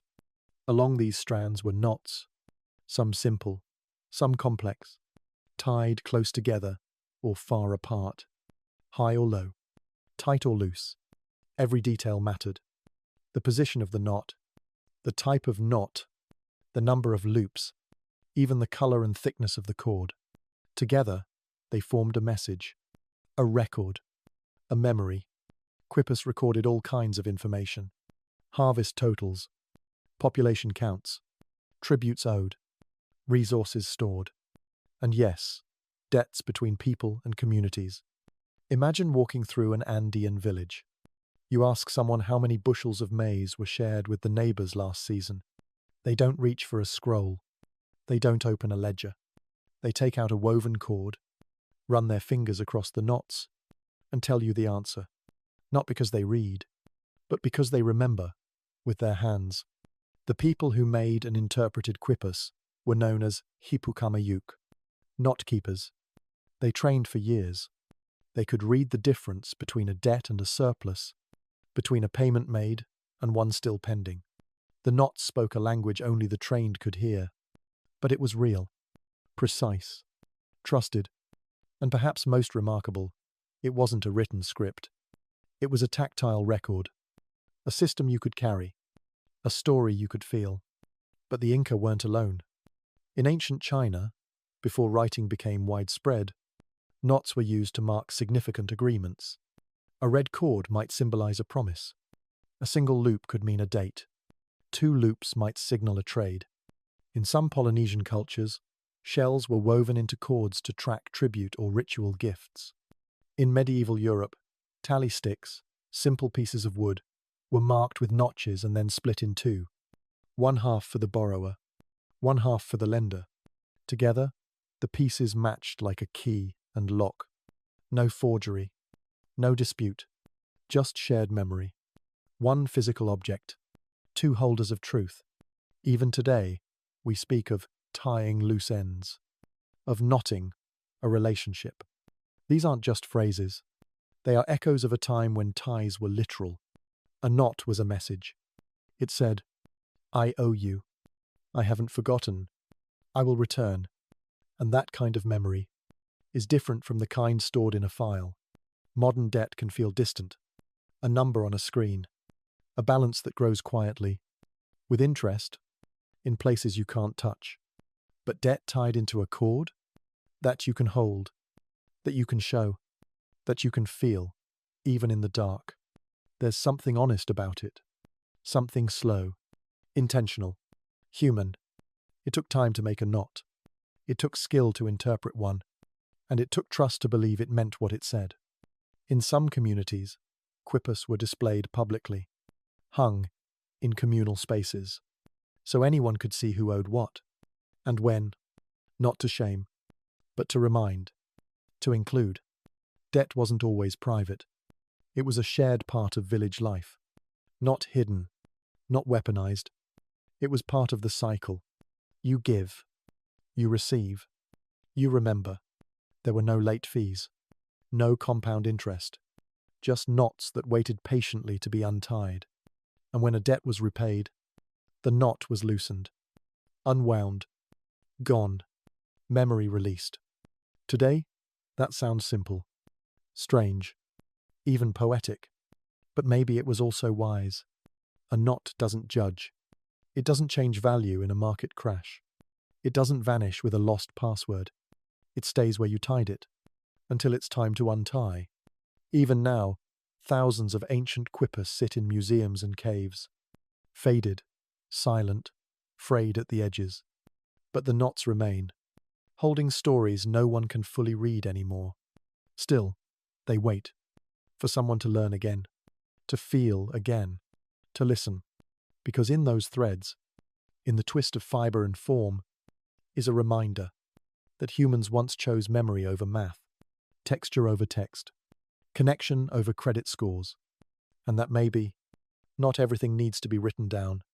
Some promises can be tied instead. For a long time, the world moved without money. People traded what they had: a basket of grain for a slab of meat, a woven blanket for a jar of oil, 2 chickens for a pair of sturdy sandals. They remembered promises with string and knots. They shared food as payment. They trusted time and each other to keep things fair. It wasn't fast. It wasn't perfect. But it worked. And then, slowly, quietly, money arrived. At first, it was nothing more than shiny pieces of metal. Small, round, heavy for their size.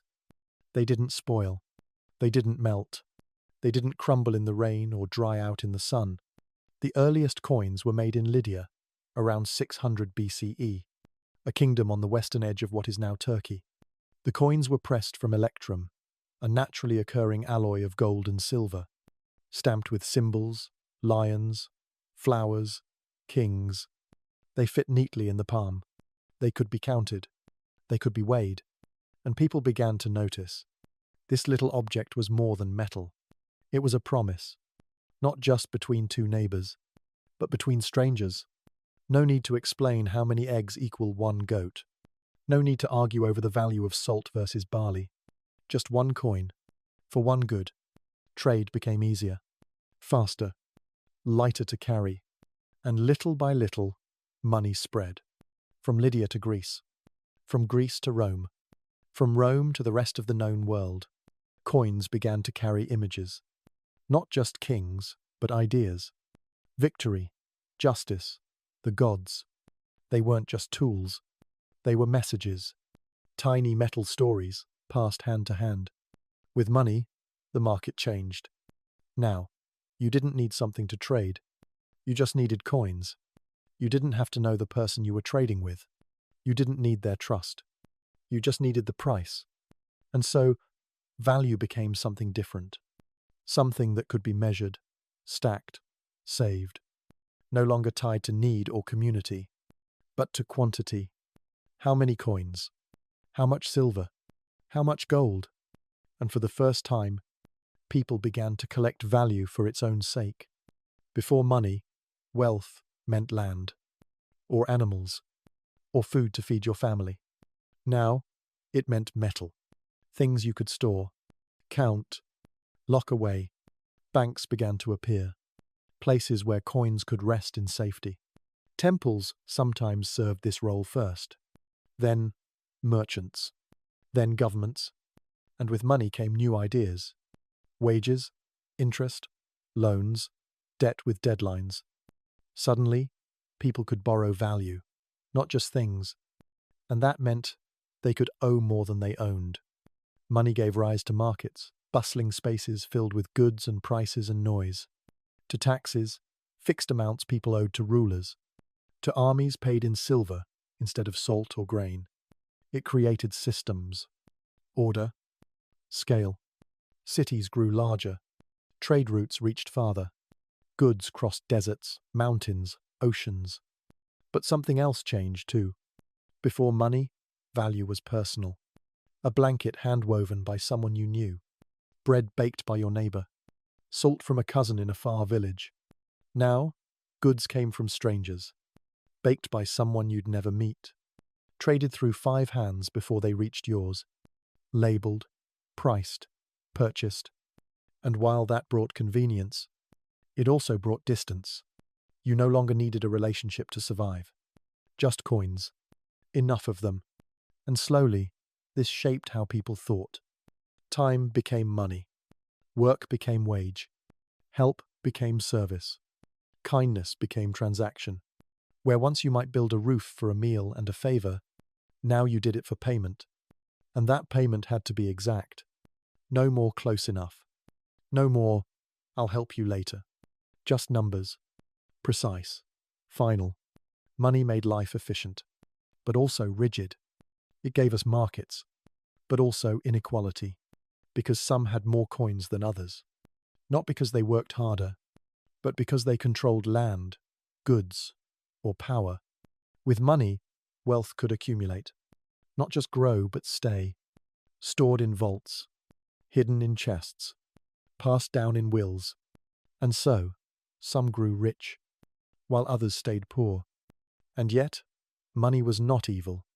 It was only a tool, a symbol, a shared idea. Its strength came from belief.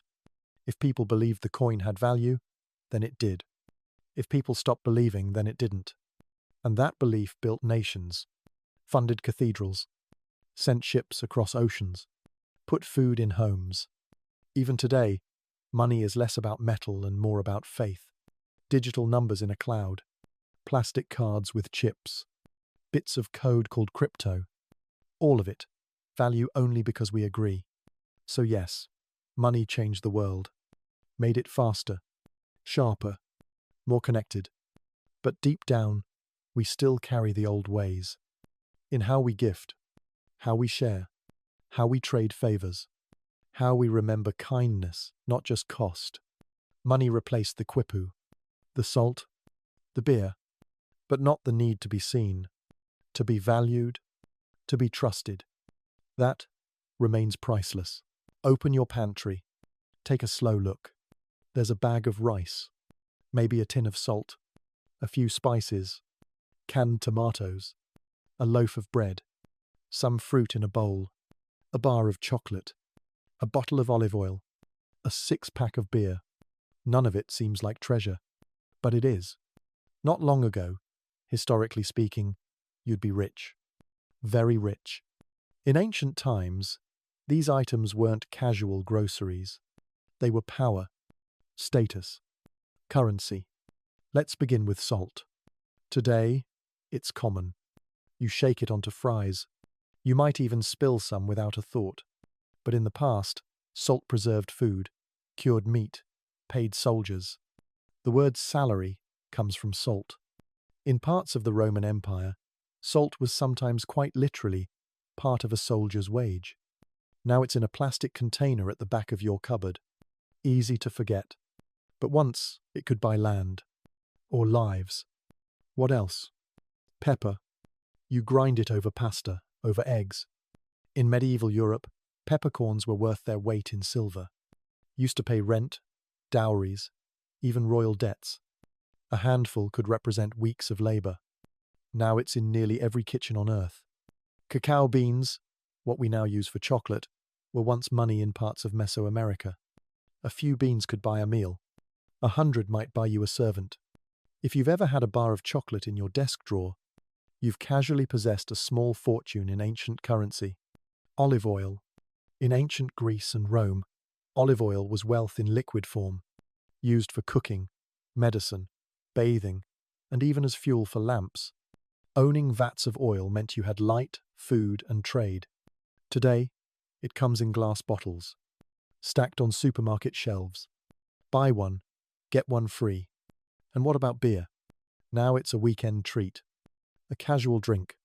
But in ancient Mesopotamia, beer was part of a daily wage. Workers, priests, and builders were paid in liters. Not for fun, but for nutrition, hydration, and reward. Owning beer then meant safety, sustenance, security. If you've got a six-pack in the fridge, you might have what it once took a week of labor to earn. Even bread, so basic today, was once precious. To have bread every day meant stability. It meant grain stored, firewood gathered, ovens burning. Bread was effort turned edible. Labor turned to nourishment. Today, it comes pre-sliced, in plastic, with expiration dates printed in ink. But at its core, it's the same, and still sacred. We forget, because we are surrounded by things that were once rare, hard-won, symbolic. We walk through grocery aisles full of riches, clean water on tap, soft pillows, warm blankets, light at night, music on demand. Thousands of years ago, these things didn't exist. Or if they did, only kings had them. Now we do, quietly, casually, and we don't feel rich. We feel busy, tired, not enough. But let's pause. Let's shift perspective. In the past, wealth meant having enough to eat every day, being warm in winter, having tools to cook, clothes to wear, a roof overhead, access to trade goods like salt, spices, beer, or oil. If you have all of that, and more, you may be, by historical standards, not just rich, but a kind of millionaire.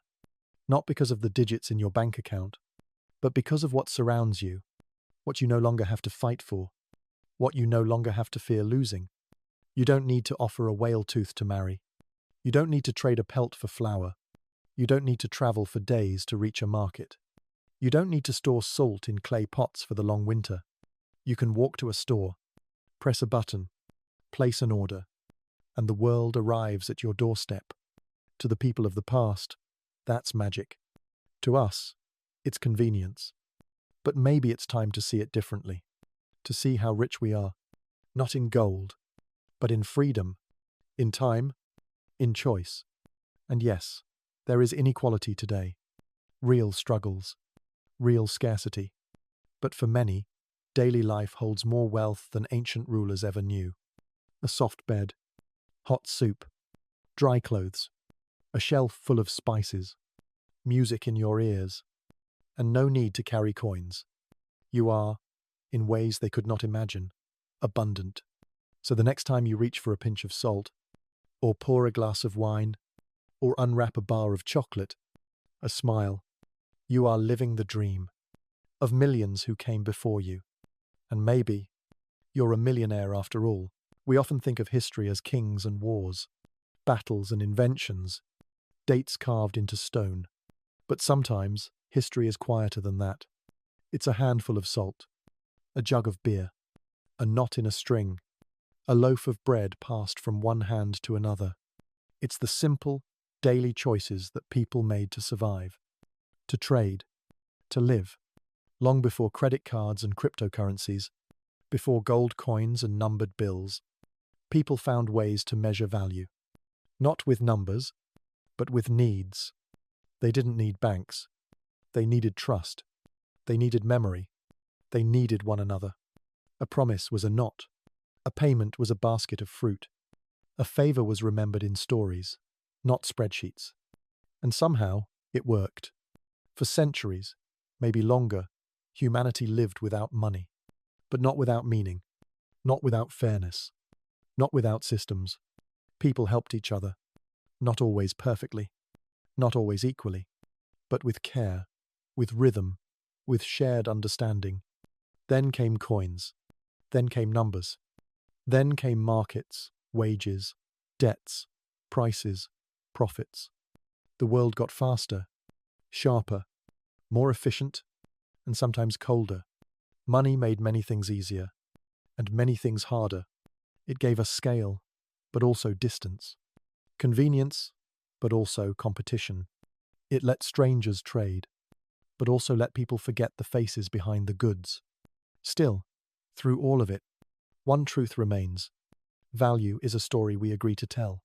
A peppercorn, a feather, a whale's tooth, a silver coin, a digital number. They're only worth something because we say they are, which means we still have a choice. A choice to decide what we value most. Time, kindness, connection, care, and maybe, just maybe, that's where real wealth lives. Not in gold or numbers, but in soft bread, in warmth, in peace, in having enough and giving when you can. So tonight, if you're listening to this as you drift off, if you're lying in a bed with a roof above you, with clean water nearby, with food in your kitchen, with stories in your head, then remember, you already have what once made someone rich. Not long ago, someone dreamed of the life you now live. And that dream, quiet, simple, steady, is still unfolding inside you. History isn't just behind us. It's within us. In every trade, every gift, every moment of shared humanity. And no matter what currency the world uses tomorrow, gratitude, generosity, and grace will always be worth something. Good night.